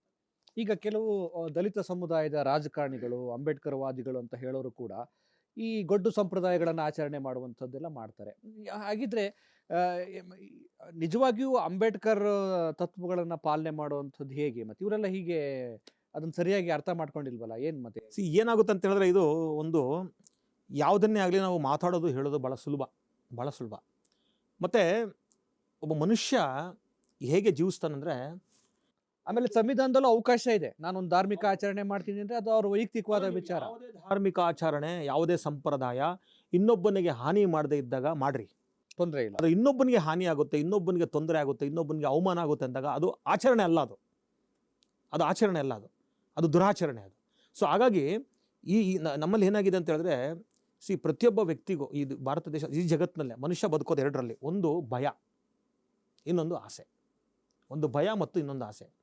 ಸೊ ಈ ಭಯ ಆಸೆ ಇದೆಯಲ್ಲ, ಇದೇನು ಮಾಡುತ್ತಂದರೆ, ನಿಮ್ಗೆ ಗೊತ್ತಿಲ್ದಂಗೆ ನಿಮಗೆ ದೇವರು, ಸಂಪ್ರದಾಯ ಇದೆಲ್ಲವೂ ಕೂಡ ಏನೂ ಇಲ್ಲ, ಭಯ. ನಾನು ಇದು ಮಾಡಿದ್ರೆ ನನಗೇನೋ ಒಳ್ಳೇದಾಗುತ್ತೇನೋ, ಅಥವಾ ಇದನ್ನು ಬಿಟ್ಟುಬಿಟ್ರೆ ನನಗೇನೋ ಆಗುತ್ತೇನೋ. ಆಮೇಲೆ ಇನ್ನೊಂದು ಫ್ಯಾಮಿಲಿ ಕಂಪಲ್ಷನ್ಸ್, ನಿನ್ನ ಸಮಾಜದ ಸುತ್ತಮುತ್ತಲಿನ ಕಂಪಲ್ಷನ್ಸ್. ಮತ್ತು ಬಹಳ ಮುಖ್ಯವಾಗಿ ಸಾಮಾಜಿಕ ಜೀವನದಲ್ಲಿ ಯಾರು ಬರ್ತಾರಲ್ಲ, ಅವ್ರು ಯಾರೇ ಆಗಲಿ, ಬಹುಶಃ ನಾನು ನಾಳೆ ಸಾಮಾಜಿಕ ಜೀವನಕ್ಕೆ ನಾನು ರಾಜಕೀಯಕ್ಕೆ ಬಂದರೂ ಕೂಡ ಬಹುಶಃ ನಾನು ಹಂಗೆ ಆಗ್ತೀನಿ. ನಾನು ಯಾಕಂದರೆ ಒಂದು ರಾಜಕಾರಣ ಅಂದ ತಕ್ಷಣ ನೀವು ಎಲ್ಲರನ್ನೂ ಕೂಡ ಕನ್ವಿನ್ಸ್ ಮಾಡಬೇಕು, ನೀವೆಲ್ಲರಿಗೂ ಒಪ್ಪಿಗೆ ಆಗಬೇಕು. ಅಲ್ಲಿ ರಾಜಕಾರಣ ಮುಖ್ಯ ಆಗುತ್ತೆ. ಅಫ್ಕೋರ್ಸ್ ನಾನು ಗೆಲ್ಲಬೇಕು. ಸೊ ನಾನು ಗೆಲ್ಲಬೇಕು ಅಂದಾಗ ನಾನು ಎಲ್ಲರನ್ನೂ ಒಪ್ಪಬೇಕು. ನಾನು ಇಲ್ಲ ನಾನು ದೇವಸ್ಥಾನಕ್ಕೆ ಬರಲ್ಲ, ನಾನು ಚರ್ಚಿಗೆ ಬರಲ್ಲ, ನಾನು ಮಸೀದಿಗೆ ಬರಲ್ಲ, ನಾನು ಇದನ್ನು ಮಾಡಲ್ಲ. ಅಲ್ಲಿಗೆ ಕ್ಲಾರಿಟಿ ಇಲ್ದಂಗೆ ಆಯ್ತು. ಅಂದ್ರೆ ನನ್ನ ರಾಜಕಾರಣನೇ ಬೇರೆ, ನಾನು ಒಂದು ಮುಖವಾಡ, ಇನ್ನೊಂದು ನಾನು ಅನ್ನೋ ಥರದಲ್ಲಿ ಆಯ್ತು. ಈಗ ನನಗೇನು ಅನ್ಸುತ್ತೆ ಅಂತ ಹೇಳಿದ್ರೆ, ಕಾಲಗಳು ಬದಲಾಗ್ತಾ ಹೋಗ್ತದೆ, ನಮ್ಮ ಆದ್ಯತೆಗಳು ಬದಲಾಗ್ತಾ. ನಾನು ಇವಾಗ ಯಾವ ಹಂತಕ್ಕೆ ಬಂದಿದ್ದೀನಿ ಅಂದರೆ, ನಿಮ್ಮ ವೈಯಕ್ತಿಕವಾಗಿ ನಿಮ್ಮ ನಂಬಿಕೆಗಳು ಏನೇ ಇರಲಿ, ನೀವೇನೇ ಮಾಡಿರಿ, ಆದರೆ ನೀವು ಯಾವ ಕಾರಣಕ್ಕೆ ಒಂದು ಕ್ಷೇತ್ರಕ್ಕೆ ಬಂದಿದ್ದೀರಲ್ಲ, ಅದು ರಾಜಕೀಯ ಆಗ್ಬೋದು, ಅಥವಾ ಬಿಸ್ನೆಸ್ ಆಗ್ಬೋದು, ಅದು ಯಾವುದೇ ಕ್ಷೇತ್ರ ಆಗಿರ್ಬೋದು, ಆ ಕ್ಷೇತ್ರದಲ್ಲಿ ಪ್ರಾಮಾಣಿಕವಾಗಿ ಕೆಲಸ ಮಾಡಿರಿ. ಈಗ ನೀವು ಮನೇಲಿ ದೇವ್ರ ಪೂಜೆ ಮಾಡ್ಕೊಳ್ರಿ, ಜನರಿಗೆ ಕೆಲಸ ಮಾಡಿರಿ. ಈಗ ನಾವು ಭಾಳ ಜನ ನೋಡ್ತೀವಿ, ಬಾಬಾ ಸಾಹೇಬ್ ಅಂಬೇಡ್ಕರ್ ಅಂತಾರೆ, ಬುದ್ಧಿಸ್ಟ್ ಅಂತಾರೆ, ಇನ್ನೊಂದಂತಾರೆ, ಆದರೆ ಹೊರಗೆ ಬಂದಾಗ ಸಮಾಜಕ್ಕೆ ಏನು ಮಾಡ್ತಾ ಇದೆಯಾ ಅಂತ ಕೇಳಿದಾಗ ಏನೂ ಇಲ್ಲ. ಹಾಗಾದರೆ ನೀನು ಅಂಬೇಡ್ಕರ್ನ ಮನೇಲಿಟ್ಟು ಫೋಟೋ ಇಟ್ಟು ಪೂಜೆ ಮಾಡೋದು, ಒಬ್ಬ ಬುದ್ಧಿಸ್ಟ್ ವ್ಯಕ್ತಿ ಆರಾಧನೆ ಆಗ್ಬಿಡುತ್ತೆ, ತತ್ವಗಳ ಪಾಲನೆ ಆಗಲ್ಲ. ಆದ ತಕ್ಷಣ ನೀನು ಸಮಾಜಕ್ಕೆ ಏನು ಬೇಕಾದ್ರೂ ಮಾಡ್ಬೋದಾ? ಸೊ ನನಗನ್ಸೋದೇನೆಂದರೆ, ನಾನು ವೈಯಕ್ತಿಕವಾಗಿ ಹೇಳ್ಬೇಕಾದ್ರೆ ಅದು ನಮ್ಮ ವೈಯಕ್ತಿಕ ನಂಬಿಕೆಗಳು. ನನಗೊಂದು ನಂಬಿಕೆ ಇದೆ. ನೀವು ಕೇಳೋದಾದರೆ, ನನ್ನ ಹೆಂಡತಿಯ ಮೇಲೆ ಕೂಡ ನನ್ನ ನಂಬಿಕೆಯನ್ನು ಹೇರೋದು ತಪ್ಪು, ನನ್ನ ಮಕ್ಕಳ ಮೇಲೆ ಕೂಡ ನನ್ನ ನಂಬಿಕೆಯನ್ನು ಹೇರೋದು ತಪ್ಪು. ಇದನ್ನೇ ಹೇಳೋದು ಬಾಬಾ ಸಾಹೇಬ್ ಹೇಳ್ತಾರಲ್ಲ, ಮನುಷ್ಯ ತನ್ನ ಆಲೋಚನೆಗಳನ್ನು, ಬುದ್ಧಿಯನ್ನು ಯಾವತ್ತೂ ಕೂಡ ಅವನ್ನ ಬೆಳೆಸ್ತಾ ಹೋಗಬೇಕು. ಒಂದು ಹಂತಕ್ಕೆ ಸ್ಟಿಕ್ ಆಗ, ಒಂದೊಂದು ಕಾಲಕ್ಕೆ ಒಂದೊಂದು ಇರ್ತದೆ. ಈಗ ಬಾಬಾ ಸಾಹೇಬರು ಉದಾಹರಣೆ, ಆ ಕಾಲದಲ್ಲಿ ಬಹುಶಃ ಬೌದ್ಧ ಧರ್ಮದ ಬಗ್ಗೆ ಅಥವಾ ಬುದ್ಧಿಸಮ್ನ ಅಷ್ಟು ಇದು ಮಾಡಲಿಕ್ಕೆ ಕಾರಣ ಆವತ್ತಿನ ಪರಿಸ್ಥಿತಿಗಳು, ಸಾಮಾಜಿಕ. ನೋಡಿ ಈಗ ಏನಾಗಿದೆ ಅಂದರೆ, ಭಾಳ ಮುಖ್ಯವಾಗಿ ನಾವು ಧರ್ಮ, ರಾಜಕೀಯ ಎಲ್ಲವನ್ನು ಮಿಕ್ಸ್ ಮಾಡ್ತಾ ಇದ್ದೀವಿ. ಹಾಗಾಗಿ ಏನಾಗ್ತಂದರೆ, ನಾವು ಎಲ್ಲೂ ಕೂಡ ಸಕ್ಸಸ್ ಆಗೋಕ್ಕೆ ಸಾಧ್ಯ ಆಗ್ತಾ ಇಲ್ಲ. ನೀವು ಧರ್ಮವನ್ನು ಧರ್ಮ ಥರ ಮಾಡಿ, ರಾಜಕಾರಣವನ್ನು ರಾಜಕಾರಣ ಥರನೇ ಮಾಡಿ. ಈಗ ಉದಾಹರಣೆಗೆ ಇಷ್ಟು ವರ್ಷಗಳ ಕಾಲ ಕಟ್ಟರ್ ಹಿಂದುತ್ವವಾದಿಗಳು ಅನ್ನೋಂಥವ್ರು ಯಾರಿದ್ದಾರೆ, ಇವತ್ತು ಅವರ ರಾಜಕೀಯ ನಡೆಗಳನ್ನು ನೋಡ್ರಿ ನೀವು, ಸಮಾಜದಲ್ಲಿ ಹೆಂಗಿರ್ತಾರೆ ನೋಡಿ ಅವರು. ಈಗ ಮೋದಿ ಅಥವಾ ಅಮಿತ್ ಶಾ, ನಾವು ಅವ್ನು ಹೇಳೋದು ಮುಸಲ್ಮಾನ ವಿರೋಧಿ ಅಂತ ಹೇಳ್ತೀವಿ. ದರ್ಗಾಗಳಿಗೆ ಹೋಗ್ತಾರೆ, ಚಾದರ್ ಹಾಕ್ತಾರೆ, ಮೌಲಾನಾಗಳು ಭೇಟಿ ಮಾಡ್ತಾರೆ. ಅಂದರೆ ಅವ್ರು ಮಾಡಿದ್ರೆ ತಪ್ಪಿಲ್ಲ. ಈಗ ಉದಾಹರಣೆಗೆ ಕರ್ನಾಟಕದಲ್ಲಿ ತಗೊಳ್ಳಿ, ಒಳ್ಳೆ ಎಕ್ಸಾಂಪಲ್ ಕೊಡ್ತೀನಿ ನಿಮಗೆ. ಸಿದ್ದರಾಮಯ್ಯ ದೇವಸ್ಥಾನ, ನಾನು ಭಾಳ ಪ್ರಗತಿಪರ, ನಾನು ನಾಸ್ತಿಕ ಅಂತ ಹೇಳ್ತಾರೆ, ದೇವಸ್ಥಾನಕ್ಕೆ ಹೋಗ್ತಾರೆ, ಪೂಜೆ ಮಾಡ್ತಾರೆ, ಅದನ್ನು ಯಾರೂ ಚಕಾರ ಆಯ್ತಲ್ಲ. ನಾನು ಅದನ್ನು ವಿರೋಧ ಮಾಡೋದಿಲ್ಲ. ಸಿದ್ದರಾಮಯ್ಯ ದೇವಸ್ಥಾನಕ್ಕೆ ಹೋಗ್ಬಾರ್ದು ಅಂತ ನಾನು ಹೇಳೋದಿಲ್ಲ, ದೇವ್ರನ್ನ ಮುಗಿಬಾರ್ದು ಅಂತ ನಾನು, ಅದು ವೈಯಕ್ತಿಕ ನಂಬಿಕೆ ಅದು. ನಾವು ಅದನ್ನ ಪ್ರಶ್ನೆ ಮಾಡೋದು. ಆದರೆ ದಲಿತರು ಮಾಡಿದ ತಕ್ಷಣ ತಪ್ಪಾಗ್ಬಿಡ್ತದೆ. ಎಸ್ ನಾನು ಸಂಕ್ಷಿಪ್ತವಾಗಿ ಉತ್ತರವನ್ನು ಬಯಸ್ತೀನಿ ಕೆಲವು ಪ್ರಶ್ನೆಗಳಿಗೆ. ಈಗ ಸಿದ್ದರಾಮಯ್ಯ ಸರ್ಕಾರ ಏನು ಗ್ಯಾರಂಟಿ ಯೋಜನೆಗಳಿಗೆ ದಲಿತ ಸಮುದಾಯಕ್ಕೆ ಮೀಸಲಿಟ್ಟಿರುವ ಹಣವನ್ನು ಬಳಕೆ ಮಾಡ್ಕೊಳ್ತಿದೆ ಅನ್ನುವಂಥ ವಿಚಾರ ಇದೆ. ಇದು ಎಷ್ಟು ಸರಿ? ಇದರ ಹುರುಳೇನು ಅಂತ ನೀವು ಕೂಡ ಹೋರಾಟ ಮಾಡಿದ್ರಿ, ಕಾಂಗ್ರೆಸ್ ಹಟಾವೋ ದಲಿತ್ ಬಚಾವೋ ಅಂತ. ಈಗ ಸಿದ್ದರಾಮಯ್ಯನವರು ಅವರು ಎಂತಹ ವ್ಯಕ್ತಿ ಅಂದರೆ, ಅವ್ರಿಗೆ ಎರಡು ಪರ್ಸನಾಲಿಟಿ ಇದೆ. ಆ ಕಾಲಘಟ್ಟದಲ್ಲಿ ಬಾಬಾ ಸಾಹೇಬ್ರು ಹೇಳೋರು, ಗಾಂಧಿಗೆ ಎರಡು ಪರ್ಸನಾಲಿಟಿ ಇದೆ ಅಂತ ಹೇಳೋರು, ಗಾಂಧೀಜಿಯವರಿಗೆ ಎರಡು ಮುಖಗಳಿದ್ದಾವೆ ಅಂತ. ಹಾಗೆಯೇ ಇವತ್ತು ಸಿದ್ದರಾಮಯ್ಯವ್ರಿಗೆ ಕರ್ನಾಟಕ, ಯಾಕಂದರೆ ಸಿದ್ದರಾಮಯ್ಯವ್ರನ್ನ ಏನೇನಕ್ಕೋ ಹೋಲಿಸ್ತಾರೆ, ಸಿದ್ದರಾಮಯ್ಯವ್ರಿಗೆ ಎರಡು ಮುಖಗಳಿದೆ. ಏನಂದರೆ ಹೇಳೋದೊಂದು, ಮಾಡೋದೊಂದು. ಈ ಉದಾಹರಣೆಗೆ ಅವರು ಹೇಳೋದಂಥದ್ದು, ಅವ್ರು ಮತ್ತು ಅಧಿಕಾರಕ್ಕೆ ಬಂದಿರೋದು ಕೂಡ ದಲಿತರು ಮತ್ತು ಮುಸಲ್ಮಾನರ ಓಟಿನ ಮೇಲೆ ಅಧಿಕಾರಕ್ಕೆ ಬಂದವರೆ. ಆಮೇಲೆ ಅವ್ರು ಹೇಳಿದ್ದೇನು, ನಾನು ಬಂದ ತಕ್ಷಣ SCP TSP ಹಣವನ್ನು ಕರೆಕ್ಟಾಗಿ ದಲಿತರ ಉಪಯೋಗಕ್ಕಿರುವಂಥ ಅವ್ರಿಗೆ ಉಪಯೋಗಿಸ್ತೀನಿ, 70 ತೆಗಿತೀನಿ, ಅದರಿಂದ ಮಿಸ್ಯೂಸ್ ಆಗ್ತದೆ ಮನಿ ಅಂತ ದುಡ್ಡು ಅಂತ ಹೇಳಿದ್ರು, ತೆಗೆದ್ರು. ಈಗ 7C ಬಳಸ್ಕೊಂಡು ನೀವು ಹೇಳಿದಾಗೆ ಕಳೆದ 2 ಬಜೆಟ್ಗಳಲ್ಲಿ ಸುಮಾರು 26,000 ಕೋಟಿ ದುಡ್ಡನ್ನು ನುಂಗಿದ್ದಾರೆ, ಅಂದರೆ ಬೇರೆದಕ್ಕೆ ಬಳಸಿದ್ದಾರೆ. ಮತ್ತು ಇದು ಸಿದ್ದರಾಮಯ್ಯ ಮಾತ್ರನಾ ಅಲ್ಲ, BJPಯವರು ಮಾಡಿದ್ದಾರೆ, BJPಯವರು ಕೂಡ ಮಾಡಿದ್ದಾರೆ. ನೀವು ಇಡೀ 9 ವರ್ಷಗಳ SCP TSP ಇತಿಹಾಸವನ್ನು ನೋಡಿದಾಗ more than 80% of the money ಇದು ದಲಿತರ ಮೇಲೆ ಖರ್ಚಾಗಿದೆ. ಈಗ ನೋಡಿ ಸರ್, ಈಗ ದಲಿತ ಸಮುದಾಯಗಳು ಆಡಳಿತದಲ್ಲಿದ್ದಾಗ ಕಾಂಗ್ರೆಸ್ ಪಕ್ಷವನ್ನ ಬೈತುವೆ ಮತ್ತು BJP ಪಕ್ಷವನ್ನ ಬೈತವೆ. ಇನ್ನೇನು ಚುನಾವಣೆ ಇನ್ನೊಂದು ತಿಂಗಳು ಐತೆ ಅಂದಾಗ ಮತ್ತೆ ಐಕ್ಯತೆ ನಾವು ಒಂದಾಗಿದ್ದೇವೆ ಅಂತ ಹೇಳ್ತೀವಿ. ಇದು ಏನಿದು? ಅದೇ ಏನಾಗಿದೆ ಅಂದರೆ ಇವತ್ತು ರಾಜಕೀಯ ಪಕ್ಷಗಳಿಗೆ ದಲಿತರು ಏನಾಗಿದ್ದಾರೆ ಅಂದರೆ, ನಾವು ಒಂದು ಸತ್ಯ ವಾಸ್ತವವನ್ನು ಒಪ್ಕೋಬೇಕು. ದಲಿತರು ಒಂದು ಆರ್ಗನೈಸ್ಡ್ ಗ್ರೂಪ್ ಅಲ್ಲ. ದಲಿತರು ಇವ್ರಿಗೆ ಏನಾಗುತ್ತಂದರೆ ಎಮೋಷ್ನಲ್ ಇಶ್ಯೂ ಬಂದಾಗ ಒಂದಾಗ್ತಾರೆ. ಬಾಬಾ ಸಾಹೇಬ್ರಿಗೆ ಸ್ಟ್ಯಾಚ್ಯೂಗಳೆಲ್ಲ ಅವಮಾನ ಮಾಡೋದ್ರಿಂದ ಒಂದಾಗ್ತಾರೆ, ಸಂವಿಧಾನದ ವಿರುದ್ಧವಾಗಿ ಮಾತಾಡಿದ್ರೆ ಅಂದರೆ ಒಂದಾಗ್ತಾರೆ. ಆದರೆ ಇವರ ಬದುಕುಗಳ ಮೇಲೆ ಏನಾಗುತ್ತೆ ಅಂದ್ರೆ ಇವರು ತಲೆ ಕೆಡಿಸ್ಕೊಳ್ಳೋದಿಲ್ಲ. ಮತ್ತು ಇನ್ನೊಂದು ಬಹಳ ಒಂದು ವಿಚಿತ್ರ ಏನಪ್ಪ ಅಂದರೆ, ಸಂವಿಧಾನ ಅವ್ರು ಬಂದರೆ ಸಂವಿಧಾನ ಕಿತ್ತಾಕ್ಬಿಡ್ತಾರೆ, ಇವ್ರು ಬಂದರೆ ಸಂವಿಧಾನ ಕಿತ್ತಾಕ್ಬಿಡ್ತಾರೆ, ಇನ್ನೊಂದು ಸಂವಿಧಾನ ನಾಶ ಇವ್ರು ಎಂಥ ಭ್ರಮೆಯಲ್ಲಿ ಬದುಕ್ತಾ ಇದ್ದಾರೆ ಅಂದರೆ, ನಮ್ಮ ದೇಶದ ಸಂವಿಧಾನ ಇನ್ನೂ ಇದೆ ಅನ್ನೋ ಭ್ರಮೆಯಲ್ಲಿ ಬದುಕ್ತಾ ಇದ್ದಾರೆ. ಎಸ್. ಈಗ ಸಂವಿಧಾನ ಮತ್ತು ಅಂಬೇಡ್ಕರ್ ಅವ್ರನ್ನ ದಲಿತ ಸಮುದಾಯಕ್ಕೆ ಬರೆದು ಕೊಡಲಾಗಿದೆಯಾ, ಗುತ್ತಿಗೆ ಕೊಡಲಾಗಿದೆಯಾ ಅನ್ನೋ ಪ್ರಶ್ನೆ ಬರುತ್ತೆ. ಇದು ಏನಾಗಿದೆ ಅಂದರೆ, ಇದು ಬಹಳ ವಿಚಿತ್ರವಾದಂಥ ಸನ್ನಿವೇಶ. ಅಫ್ಕೋರ್ಸ್ ಪ್ರಾರಂಭದ ದಿನಗಳಲ್ಲಿ ಬಾಬಾ ಸಾಹೇಬ್ ಅಂಬೇಡ್ಕರ್ ಒಂದು ದಲಿತ ಸಮುದಾಯದ ಒಂದು ಅಸ್ಮಿತೆ, ಒಂದು ಒಂದು ಮಾಡೆಲ್, ಅವರು ಒಂದು ಐಡಿಯಲ್ಲು. ಹಾಗಾಗಿ ಅವ್ರನ್ನ ಅಕ್ಸೆಪ್ಟ್ ಮಾಡ್ತಾಯಿದ್ರು. ಅದರ್ ಕಮ್ಯುನಿಟೀಸ್ ಅವ್ರನ್ನ ಬಿಟ್ಬಿಟ್ಟಿದ್ರು. ಅವ್ರು ನೋಬಡಿ ವಾಂಟೆಡ್ ಟು ಕ್ಲೇಮ್.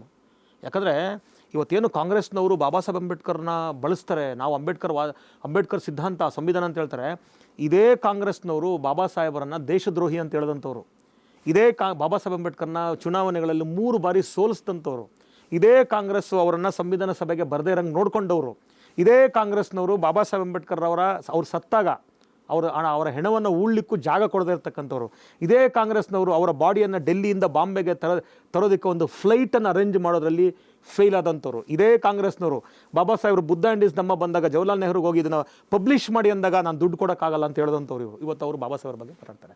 ಯಾಕಂದರೆ ಬಾಬಾ ಸಾಹೇಬ್ ಇವತ್ತು ಏನಾಗಿದ್ದಾರೆ ಅನ್ನೋದು ಮತ ಬ್ಯಾಂಕ್ ಆಗಿಬಿಟ್ಟಿದ್ದಾರೆ. ಅವ್ರ ಹೆಸರು ಹೇಳಿದ್ರೆ ಓಟ್ ಹಾಕ್ಬಿಡ್ತಾರೆ. ನೋಡಿ, ಇವತ್ತು ಉದಾಹರಣೆಗೆ ಮೊನ್ನೆ ಜನವರಿ ಉದಾಹರಣೆಗೆ ಇತ್ತೀಚೆಗೆ ಕಾಂಗ್ರೆಸ್ಸು ಒಂದು ಸಂವಿಧಾನವನ್ನು ಮೆರವಣಿಗೆ ಮಾಡಿದ್ರು, ಸಂವಿಧಾನ ಪ್ರಚಾರ ಮಾಡಿದ್ರು. ಐ ಥಿಂಕ್ ಜನವರಿ ತಿಂಗಳಲ್ಲಿ ಸಂವಿಧಾನವನ್ನು ನಾವು ಪ್ರಚಾರ ಮಾಡ್ತೀವಿ ಅಂತ ಮಾಡಿದ್ರು. ನೆನ್ನೆ ಡೆಮೋಕ್ರಸಿ ಡೇ ಅಂತೇಳಿ ಬೀದರಿಂದ, ಅದು ಚಾಮರಾಜನಗರದಿಂದ ಬೀದರ್ವರೆಗೂ ನಾವು ಮಾನವ ಸರಪಳಿ ಮಾಡ್ತೀವಿ ಅಂತ ಹೇಳೋರು. ಅದರ ದುರಂತ ಏನಪ್ಪ ಅಂದರೆ, ಸಂವಿಧಾನವನ್ನು ಮೆರವಣಿಗೆ ಮಾಡ್ತಾ ಇದ್ದಾರೆ, ಸಂವಿಧಾನದ ಆಶಯಗಳನ್ನು ಕೆಳಗೆ ಹಾಕಿ ಉಳ್ತಾ ಇದ್ದಾರೆ, ಜಾರಿಗೆ ತರ್ತೀವಿ, ಸಂವಿಧಾನವನ್ನು ನಾಶ ಮಾಡ್ತಾ ಇದ್ದಾರೆ. ಯಾಕಂದರೆ ಸಂವಿಧಾನವನ್ನು ನಾಶ ಮಾಡಲಿಕ್ಕೆ ಪ್ರಾರಂಭ ಮಾಡಿದ್ದೆ ಕಾಂಗ್ರೆಸ್. 91-92ನೇ ಇಸವಿಯಲ್ಲಿ ಹೊಸ ಆರ್ಥಿಕ ನೀತಿಯ ಹೆಸರಿನಲ್ಲಿ ಪ್ರೈವೇಟೈಸೇಷನ್ ಮುಖಾಂತರ, ಗ್ಲೋಬಲೈಸೇಷನ್ ಮುಖಾಂತರ ಇಡೀ ಖಾಸಗಿ ಇಡೀ ಸರ್ಕಾರಿ ಕ್ಷೇತ್ರವನ್ನು ನಾಶ ಮಾಡ್ತಾ ಇವತ್ತು ಸಿದ್ದರಾಮಯ್ಯನವರು, ರಾಹುಲ್ ಗಾಂಧಿಯವರು, ಕಾಂಗ್ರೆಸ್ ಪಕ್ಷದವರು ಎಲ್ಲ ನಾಯಕರುಗಳು ಸಂವಿಧಾನದ ಪೀಠಿಗೆ ಹಿಡ್ಕೊಂಡು ಶೋ ಕೊಡ್ತಾ ಇದ್ದಾರೆ. ಅದನ್ನು ಹೇಳ್ತಾ ಇದ್ದೀನಲ್ಲ, ಇವತ್ತು ಇವ್ರಿಗೆ ಏನಾಗಿದೆ ಅಂದರೆ, ಸಂವಿಧಾನ ಬಾಬಾ ಸಾಹೇಬ್ ಅಂಬೇಡ್ಕರ್ ಶೋ ಪೀಸ್ಗಳಾಗ್ಬಿಟ್ಟಿದ್ದಾರೆ. ಇವ್ರನ್ನ ಬಳಸ್ಕೊಂಡು ಓಟನ್ನು ಕಿತ್ಕೊಳ್ಳುವಂಥ ಒಂದು ಸಿಂಬಲ್ ಆಗಿದ್ದಾರೆ ಹೊರತು ಅವರ ಆದರ್ಶಗಳಾಗಲಿ ಸಂವಿಧಾನದ ಸ್ಪಿರಿಟ್ ಆಗಲಿ ಇವ್ರಿಗೆ ಬೇಕಾಗಿಲ್ಲ. ನೋಡಿ, ಇವತ್ತು ಕೂಡ ನೀವು 75 ವರ್ಷಗಳಾಯಿತು, ಅದು ಬಹುತೇಕ ಕಾಲ ಕಾಂಗ್ರೆಸ್ಸೇ ನಮ್ಮನ್ನು ಆಳಿದೆ. ಆದರೆ ಇವತ್ತು ಇವರ ಪರಿಸ್ಥಿತಿ ಹೇಗಿದೆ ನೋಡಿ, ಶಿಕ್ಷಣ ಪರಿಸ್ಥಿತಿ ಹೇಗಿದೆ, ಇವರ ಬಡತನ ಹೆಂಗಿದೆ, ಇವರ ಉದ್ಯೋಗದ ಪರಿಸ್ಥಿತಿ ಏನಿದೆ, ಒಂದು ಚೂರು ಬದಲಾಗಿಲ್ಲ. ಬಹುಶಃ ನನಗನ್ಸುತ್ತೆ ನೋಡಿ, ಇಡೀ 75 ವರ್ಷದಲ್ಲಿ ವರ್ಷಕ್ಕೆ 1% ಟಾರ್ಗೆಟ್ ಇಟ್ಕೊಂಡು ದಲಿತರನ್ನ ಅಭಿವೃದ್ಧಿಪಡಿಸಿದ್ರು. ಇವತ್ತು 75% ಬಡತನದಿಂದ ಆಚೆ ಬರ್ತಿದ್ರು, 75% ಶಿಕ್ಷಿತರಾಗ್ತಿದ್ರು. ಆದರೆ ಇವತ್ತುವರೆಗೂ ಕೂಡ ಇವರ ಶಿಕ್ಷಣ ಮಟ್ಟ ಎಷ್ಟಿದೆ, ಉದ್ಯೋಗದ ಮಟ್ಟ ಎಷ್ಟಿದೆ, ಭೂಮಿ ಎಷ್ಟಿದೆ ಅವ್ರ ಹತ್ರ, ಇವತ್ತು ಕೂಡ ಅವ್ರ ಹತ್ರ 1 ಇಂಚ್ ಭೂಮಿ ಇಲ್ಲ. ಓಕೆ, ಚರ್ಚೆ ಮುಂದುವರಿಯುತ್ತೆ. ಟಾರ್ಗೆಟ್ ಕಾರ್ಯಕ್ರಮದಲ್ಲಿ ವಿರಾಮ.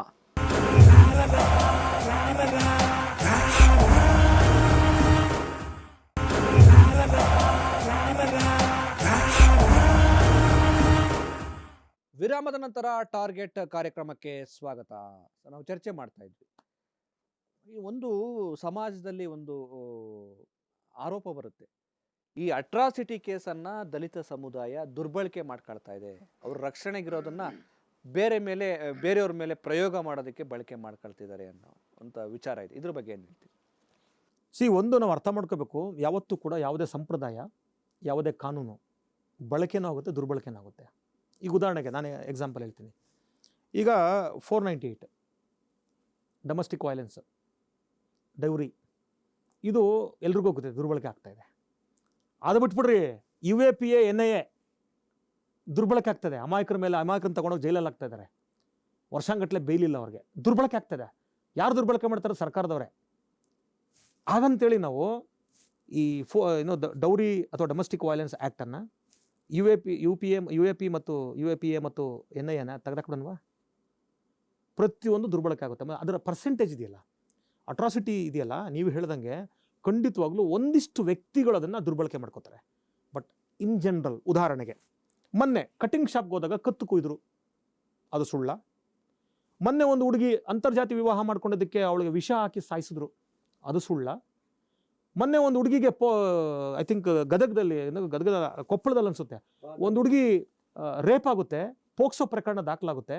ಪೋಕ್ಸೋ ಪ್ರಕರಣ ದಾಖಲಾದ್ರೆ ಇಡೀ ಊರನ್ನ ಬಹಿಷ್ಕಾರ ಆಗ್ತಾರೆ. ಸುಳ್ಳ? ಪ್ರತಿನಿತ್ಯ ನಾನು ಹೇಳೋದು ಬೇಡ, ಪೇಪರ್ ನೋಡ್ರಿ ನೀವು, ಆಮೇಲೆ ನೀವು ನಮ್ಮ ದೇಶದ ಕ್ರೈಮ್ ಬ್ಯೂರೋ ರೆಕಾರ್ಡ್ಸ್ ನೋಡಿ, ಅಥವಾ ಕರ್ನಾಟಕದಲ್ಲಿ ನೀವು ಅಂಕಿ ಸಂಖ್ಯೆ ನೋಡಿ. ಬಹುಶಃ ಎಲ್ಲರೂ ಹೇಳ್ತಾರೆ ನಮ್ಮ ದೇಶದ ದೊಡ್ಡ ಚಾಲೆಂಜು ಟೆರರಿಸಮ್ ಅಂತ, ಯಾವುದು ಧಾರ್ಮಿಕ ಭಯೋತ್ಪಾದನೆ ಅಂತ ಹೇಳ್ತಾರೆ. ಬಟ್ ನಾನು ಹೇಳ್ತೀನಿ, ನನ್ನ ದೇಶದ ದೊಡ್ಡ ಅಪಾಯ ಜಾತಿ ಭಯೋತ್ಪಾದನೆ. ನೀವು ಕಮ್ಯುನಲ್ ಅಥವಾ ರಿಲಿಜಿಯಸ್ ಟೆರರಿಸಮ್ ಇದೆಯಲ್ಲ, ಧಾರ್ಮಿಕ ಭಯೋತ್ಪಾದನೆ ಇದೆಯಲ್ಲ, ಅದರಿಂದ ನಮ್ಮ ದೇಶದಲ್ಲಿ ಎಷ್ಟು ಪ್ರಭಾವ ಇದೆ ವರ್ಷಕ್ಕೆ ಚೆಕ್ ಮಾಡಿ. ಎಷ್ಟು ಬಾಂಬ್ಗಳಾಗ್ತಾರೆ, ಎಷ್ಟು ಜನ ಸಾಯ್ತಾರೆ ಲೆಕ್ಕ ಹಾಕಿ. ನನಗನ್ಸುತ್ತೆ ಅದು ಒಂದು 100 ಅಥವಾ 1000 ಇರ್ಬೋದು ಅಷ್ಟೇ ಮ್ಯಾಕ್ಸಿಮಮ್. ಆದರೆ ಭಾರತ ದೇಶದಲ್ಲಿ ಪ್ರತಿ 4 ನಿಮಿಷಕ್ಕೆ ಒಬ್ಬ ದಲಿತನ ಕೊಲೆ ಆಗುತ್ತೆ. ಪ್ರತಿ 2 ಗಂಟೆಗೆ ಒಂದು ದಲಿತ ಹೆಣ್ಣು ಮಗಳ ಅತ್ಯಾಚಾರ ಆಗುತ್ತೆ. ಪ್ರತಿ 6 ಗಂಟೆಗೆ ಒಬ್ಬ ದಲಿತನ ಮನೆ ನಾಶ ಆಗುತ್ತೆ. ನೀವು ನ್ಯಾಷನಲ್ ಕ್ರೈಮ್ ರೆಕಾರ್ಡ್ ಬ್ಯೂರೋ ತಗೊಂಡು ನೋಡಿ, ಪ್ರತಿ ವರ್ಷ ಸುಮಾರು 1 ಲಕ್ಷಕ್ಕಿಂತ ಹೆಚ್ಚು ಪ್ರಕರಣಗಳು ದಾಖಲಾಗ್ತವೆ. ನಾನು ಹೇಳ್ತಾರೆ ದಾಖಲಾಗ್ತಾ ಇರೋದು ಬಹುಶಃ ಅದಕ್ಕಿಂತ 10% ಇರ್ತದೆ. ಅಂದರೆ 1 ಲಕ್ಷ ಪ್ರಕರಣಗಳು ಆಗುವಂಥ ಅಟ್ರಾಸಿಟಿ ಜಾತಿ ಭಯೋತ್ಪಾದನೆ ದೊಡ್ಡದು, 100 ಅಥವಾ 1000 ಪ್ರಕರಣ ಆಗುವಂಥ ಧಾರ್ಮಿಕ ಭಯೋತ್ಪಾದನೆ ದೊಡ್ಡದು. ಇದು ಏನಾಗಿದೆ ಅಂದರೆ, ಯಾವುದು ಯಾರ ಮೇಲೆ ಪ್ರಭಾವ ಬೀರುತ್ತೆ? ಧಾರ್ಮಿಕ ಭಯೋತ್ಪಾದನೆ ಅನ್ನುವಂಥದ್ದು ಅದು ಒಂದು ಪೊಲಿಟಿಕಲ್ ಅಜೆಂಡಾ ಆಗಿದೆ. ಅದು ಅಫ್ಕೋರ್ಸ್ ಸಮಸ್ಯೆ ಇದೆ ಅದು, ಆದರೆ ಇದರಷ್ಟು ದೊಡ್ಡ ಸಮಸ್ಯೆ ಅಲ್ಲ. ಆದರೆ ಇದು ಅವ್ರಿಗೆ ಸಮಸ್ಯೆ ಕಾಡ್ತಾ ಇಲ್ಲ. ಯಾಕಂದರೆ ಇದರಿಂದ ಬಾಧಿತರಲ್ಲ ಅವರು, ಇದರಿಂದ ಅವ್ರಿಗೆ ಏನೂ ಆಗಲ್ಲ, ಇದರಿಂದ ಅವ್ರಿಗೆ ಲಾಭ ಇದೆ ಇನ್ನು. ಯಾಕಂದರೆ ಈ ಜಾತಿಯನ್ನು ಬಳಸ್ಕೊಂಡು ಇವತ್ತು ಕೂಡ ಅವರ ಮತಗಳನ್ನು ಕದಿಯುವಂಥ ಕೆಲಸ ಆಗ್ತದೆ.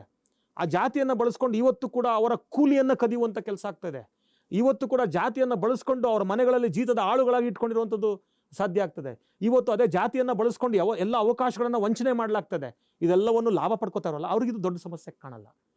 ಯಾರಿಗೆ ಸಮಸ್ಯೆ ಇದೆ ಅವರು ಅದನ್ನು ಪ್ರಶ್ನೆ ಹೇಳಿದಾಗ ಇದು ದುರುಪಯೋಗ, ನೀವು ಕೇಸ್ ಹಾಕ್ಬಿಟ್ಟು ತಪ್ಪು. ಮತ್ತು ನೀವು ಕನ್ವಿಕ್ಷನ್ ತಗೊಳ್ಳಿ, ನೀವು conviction rate all over India ತಗೊಂಡು it is not more than 4%. ಅಂದರೆ ನೀವು ಹೇಳ್ದಂಗೆ ಪ್ರತಿಯೊಂದು ಕಾಯ್ದೆಗಳು ಕೂಡ ಮಿಸ್ಯೂಸ್ ಮಾಡ್ಕೋತಾರೆ. ಎಸ್. ಇನ್ನು ಈ ವ್ಯವಸ್ಥೆಯ ಮನಸ್ಥಿತಿ ಬಗ್ಗೆ ಮಾತಾಡೋದಾದರೆ, ಯಾವುದೋ ಒಂದು ಸಮುದಾಯದ ಒಂದು ಹೆಣ್ಣಿನ ಮೇಲೆ ಅನ್ಯಾಯ ಆಗಿರುತ್ತೆ, ಇನ್ನೇನೋ ದೊಡ್ಡ ದುರಂತ ನಡೆದಿರುತ್ತೆ, ಅಲ್ಲಿ ನಾವೆಲ್ಲ ಒಂದು ಅಂತ ಹೇಳುವಂಥ ಒಂದು ವಲಯ ಜನ ಆ ಜಾತಿಯನ್ನು ನೋಡಿಕೊಂಡು, ಆ ಜಾತಿ ನಮ್ಮದು ಅಲ್ವೋ, ಮೇಲ್ಜಾತಿನೋ ಕೆಳಜಾತಿನೋ ನೋಡಿಕೊಂಡು ಬೆಂಬಲ ಕೊಡುವಂಥದ್ದು ಇದೆಯಲ್ಲ ಇದನ್ನು ನಾನು ಎಲ್ಲ ವಲಯಕ್ಕೂ ಅಪ್ಲೈ ಮಾಡ್ತೀನಿ. ಉದಾಹರಣೆಗೆ ಏನು ಆರ್ಜಿಕರ್ ಇದರಲ್ಲಿ ಒಬ್ಬ ವೈದ್ಯ ಮೇಲೆ ಅತ್ಯಾಚಾರ ಆಯ್ತಲ್ಲ, ಅದನ್ನು ಅತ್ಯಂತ ಇದರಲ್ಲಿ ಖಂಡನೆ ಮಾಡೋಣ. ಅದೇ ರೀತಿ ಯಾವುದೋ ರಾಜ್ಯದ ಯಾವುದೋ ಒಂದು ಹಳ್ಳಿಯ ಒಂದು ಮಹಿಳೆ ಮೇಲೆ ಮಗುವಿನ ಮೇಲೆ ಆದಾಗಲೂ ಕೂಡ ಖಂಡನೆ ಆಗಬೇಕಲ್ಲ. ಈ ತಾರತಮ್ಯದ ಬಗ್ಗೆ ಏನು ಹೇಳ್ತೀರಿ? ನಾನು ಹೇಳೋದಲ್ಲ, ನಮ್ಮ ಜಾತಿಯ ಮನಸ್ಥಿತಿ, ನಮ್ಮ ದೇಶದ ಮನಸ್ಥಿತಿ ಇದೆಯಲ್ಲ, ಎಲ್ಲಿವರೆಗೂ ಬದಲಾಗಲ್ಲ ಅಲ್ಲಿವರೆಗೂ. ಉದಾಹರಣೆಗೆ ನೀವು ಹೇಳಿದಾಗೆ ಅನೇಕ ರೇಪ್, ನಾನು ಅದು ಆಗಬಾರ್ದು, ಯಾವ ಹೆಣ್ಣು ಮಗ ಆದರೂ ಕೂಡ ಅದು ತಪ್ಪೇ ಅದು. ಉದಾಹರಣೆಗೆ ನೀವು ಡೆಲ್ಲಿಯಲ್ಲಾದಂಥ ರೇಪ್ ಪ್ರಕರಣ ಇರ್ಬೋದು, ಹೈದರಾಬಾದಲ್ಲಿ ಒಂದು ಹುಡುಗಿ ಮೇಲಾದಂಥ ರೇಪ್ ಪ್ರಕರಣ ಇರ್ಬೋದು, ಮೊನ್ನೆ ನೀವು ಹೇಳಿದಂಥ ಹಾಸ್ಪಿಟ್ಲಲ್ಲಾದಂಥ ಪ್ರಕರಣ ಇರ್ಬೋದು. ಇದಕ್ಕಿಂತ ಘೋರವಾಗಿ ಪ್ರತಿದಿನ ದಲಿತರ ಮೇಲೆ ಆಗ್ತವೆ. ಉದಾಹರಣೆಗೆ ಯಾವುದು ಬೇಡ, ಮೊನ್ನೆ ಬೀದರಲ್ಲಿ ಇದೊಂದು ಯಾವುದದು ಯಾದಗಿರಿ ಕೊಪ್ಪಳ ಅನ್ಸುತ್ತೆ, ಕೊಪ್ಪಳದ ನಾನು ಹೇಳಿದ್ನಲ್ಲ, ಮೈನರ್ ಹುಡುಗಿ ಮೇಲೆ ರೇಪ್ ಆಗಿದೆ. ಆದರೆ ಹೋಗಿ ಕೇಸ್ ಮಾಡೋದಕ್ಕೆ ನಿಮ್ಮನ್ನು ಬಹಿಷ್ಕಾರ ಆಗ್ತಾರೆ. ಎಲ್ಲಿದೆ ಇವ್ರ ಮನಸ್ಸು? ಸತ್ತೋಗ್ಬಿಟ್ಟಿದೆ. ಇವ್ರು ಏನು ಅನ್ಕೊಂಡ್ಬಿಟ್ಟಿದ್ದಾರೆ ಅಂದರೆ, ದಲಿತ ಹೆಣ್ಣು ಮಗಳಾದರೆ ಅವಳು ಹುಟ್ಟಿರೋದೇ ರೇಪ್ ಮಾಡಿಸ್ಕೊಳ್ಳೋಕ್ಕೆ, ದಲಿತ ಮಗುವಾದರೆ ಅವಳ ಮೇಲೆ ಏನಾದರೂ ಅವಳು ಸಹಿಸ್ಕೋಬೇಕದು. ಆದರೆ ನಮ್ಮನ್ನು ಮುಟ್ಬಿಟ್ರೆ ನಾವು ಬಿಡ್ತೀವ ನಿಮ್ಮನ್ನು? ಇಡೀ ದೇಶ ಕ್ರಾಂತಿ ಆಗುತ್ತೆ, ಇಡೀ ದೇಶ ಕ್ಯಾಂಡಲ್ ಹಿಡ್ಕೊಂಡು ನಿಂತ್ಕೊಳ್ತದೆ. ಈ ಹೆಣ್ಣು ಮಗಳಿಗೆ ಅಯ್ಯೋ ಪಾಪ ಅನ್ನುವಂಥ ಮಾತು ಬಾಯಿಂದ ಬರಲ್ಲ. ಯಾಕಂದರೆ ಇದು ಈ ದೇಶಕ್ಕೆ ತಗುಲಿರುವಂಥ ಜಾತಿ ರೋಗ ಇದೆಯಲ್ಲ, ಈ ಜಾತಿ ರೋಗದ ಲಕ್ಷಣ ಅದು. ಎಸ್. ಹರಿರಾಮ್ ಅವರೇ, ಈಗ ದಲಿತರು, ಪ್ರಗತಿಪರರು ಈ ಎಲ್ಲ ವಲಯ ಇದೆಯಲ್ಲ, ಕೆಲವೆಡೆ ಎಂಥ ಮುಕ್ತವಾದಂಥ ಒಂದು ಮನಸ್ಥಿತಿ ಅಂದರೆ, ಜಗತ್ತಲ್ಲಿ ಎಲ್ಲೇ ಅನ್ಯಾಯ ಆದರೂ ಕೂಡ ನಾನು ದನಿ ಎತ್ತೋನು, ನಾನು ಅವನ ಸಂಗಾತಿ ಅಂತ ಚೆಗುವರ್ ಹೇಳ್ತಾರಲ್ಲ. ಮ್, ಕೆಲವರು ಕೇಳ್ತಾರಪ್ಪ ಪ್ರಶ್ನೆನ, ದಲಿತ ಸಮುದಾಯದಲ್ಲಿ ಅನ್ಯಾಯ ಆದ್ರೂ ಖಂಡನೆ ಮಾಡಬೇಕು ದಲಿತ ಪ್ರಜ್ಞಾವಂತರು ಜನರು. ಅದೇ ರೀತಿ ಬೇರೆ ಕಮ್ಯುನಿಟಿಗಳಲ್ಲಿ ಅನ್ಯಾಯ ಆದಾಗ ಯಾಕೆ ಅಲ್ಲಿ ಮೌನ ಆಗ್ತಾರೆ, ಸುಮ್ಮನಾಗ್ತಾರೆ ಅನ್ನೋದು ಪ್ರಶ್ನೆ. ಅಥವಾ ಏನು ನಮಗೆ ಯಾಕಪ್ಪ ಆ ಉಸಾಬರಿ ನಮ್ಮದೇ ಭಾಳ ಇದೆ ಅಂತನೋ, ಅಥವಾ ಅವ್ರು ಮಾಡ್ಕೊಳ್ಳಿ ಅಂತನೋ, ಅಥವಾ ಏನು ಇಲ್ಲ ನಾವು ಸೀಮಿತವಾಗಿ ನಮ್ಮ ಕಮ್ಯುನಿಟಿಗಳ ಬಗ್ಗೆನೇ ಮಾತಾಡ್ತೀವಿ ಅಂತನೋ, ಏನಿದು ಅಂತ. ಒಂದೇನಾಗಿದೆ, ನೀವಾದಂಥ ಬುದ್ಧಿವಂತ ವಲಯ ಅಂತ ನಾವು ಕರಿತೀವಲ್ಲ, ಅವ್ರಿಗೇನಾಗಿದೆ ಅಂದರೆ ಇಂಡಿಯಾದಲ್ಲಿ ರಾಜಕೀಯ ಪಕ್ಷಗಳಿಗೆ, ಎನ್ ಜಿ ಒಗಳಿಗೆ, ಬುದ್ಧಿವಂತ ವಲಯಗಳಿಗೆ, ಬುದ್ಧಿಜೀವಿಗಳಿಗೆ, ಸೊಕಾಲ್ಡ್ ದೊಡ್ಡ ದೊಡ್ಡ ಬರಹಗಾರರು, ಬುದ್ಧಿಜೀವಿಗಳಿದಾರಲ್ಲ, ಇವರೆಲ್ಲರಿಗೂ ಕೂಡ ಏನಾಗಿದೆ ಅಂದರೆ ದಲಿತರು ಅನ್ನುವಂಥದ್ದು ಅವರ ಹೊಟ್ಟೆಪಾಡು ಮತ್ತು ಅವರ ಹೆಸರನ್ನು ಗಳಿಸಲಿಕ್ಕೆ ಅದು ಒಂದು ವಸ್ತುವಾಗಿ ಅಥವಾ ಒಂದು ಒಂದು ಒಂದು ರೀತಿ ಏನಂತ ಹೇಳ್ತಾರೆ, ಅದೊಂದು ಸಬ್ಜೆಕ್ಟ್ ಆಗಿದೆ ಅಷ್ಟೇ ಅವ್ರಿಗೆ. ಇವ್ರಿಗೆ ನಿಜವಾಗ್ಲೂ ಕೂಡ ಅವರ ಕಾಳಜಿ ಇಲ್ಲ. ಯಾಕೆ ನಾನು ಇದನ್ನು ಹೇಳ್ತಾ ಇದ್ದೀನಿ ಅಂದರೆ, ಒಂದು ಕಡೆ ರೇಪು, ಇನ್ನೊಂದು ಕಡೆ ಬಿಟ್ಬಿಡ್ರಿ. ನೀವೇ ನಾವೇ ನೋಡಿದ್ದೀವಿ, ಅಲ್ಲೆಲ್ಲ ಪ್ಯಾಲೆಸ್ಟೀನಲ್ಲಿ ಏನೋ ಆದರೆ ಇವ್ರ ಮನೆಯಲ್ಲೇ ಯಾರೋ ಸತ್ರು ಅನ್ನೋ ಥರ ರೋಧಿಸ್ತಾರೆ. ಅಲ್ಲ, ಇಲ್ಲಿ ಪ್ಯಾಲೆಸ್ಟೈನ್ ಟೌನಲ್ಲಿ ಮುಂದೆ ಹೋಗಿ ಕ್ಯಾಂಡಲ್ ಇಡ್ಕೋತಾರೆ, ಟೌನಲ್ಲಿ ಮುಂದೆ. ಅಲ್ಲೆಲ್ಲ ಇಂಗ್ಲೆಂಡಲ್ಲಿ ಏನೋ ಆದರೆ ಇಲ್ಲಿ ಬಂದು ಇಡ್ಕೋತಾರೆ. ಆದರೆ ನೋಡಿ, ಈಗ ನಾನು ಹೇಳಿದ ಪ್ರತಿನಿತ್ಯ ಇಲ್ಲಿ ದಲಿತರ ಮೇಲೆ ಆಗಬಾರ್ದ ದೌರ್ಜನ್ಯಗಳಾಗ್ತದೆ. ಮೊನ್ನೆ ಉದಾಹರಣೆ ಅಲ್ಲ, ಈಗ ಎಲ್ಲೇ ಅನ್ಯಾಯ ಆದ್ರೂ ಅದನ್ನ ಖಂಡನೆ ಮಾಡಬೇಕು, ಅದಕ್ಕೊಂದು ಒಂದು ಸ್ಪಂದಿಸ್ಬೇಕು. ಆದ್ರೆ ನಮ್ಮಲ್ಲೇ ಕಣ್ಣೆದುರಿಗೆ ಕಾಣ್ತಾವಲ್ಲ, ಅದ್ರ ಬಗ್ಗೆ ಯಾಕೆ? ಬಾಬಾ ಸಾಹೇಬರು ಒಂದು ಮಾತು ಹೇಳ್ತಾರೆ ಅವ್ರ ಜೀವಿತ ಕಾಲದಲ್ಲಿ. ಅವ್ರು ಏನು ಹೇಳ್ತಾರೆ ಅಂದರೆ, ನಾನೊಂದು ಜಾತಿ ನಿಂದಿಸ್ತಾ ಇಲ್ಲ, ಒಂದು ಮನಸ್ಥಿತಿ ನಿಂದಿಸ್ತಾ ಇರೋದು.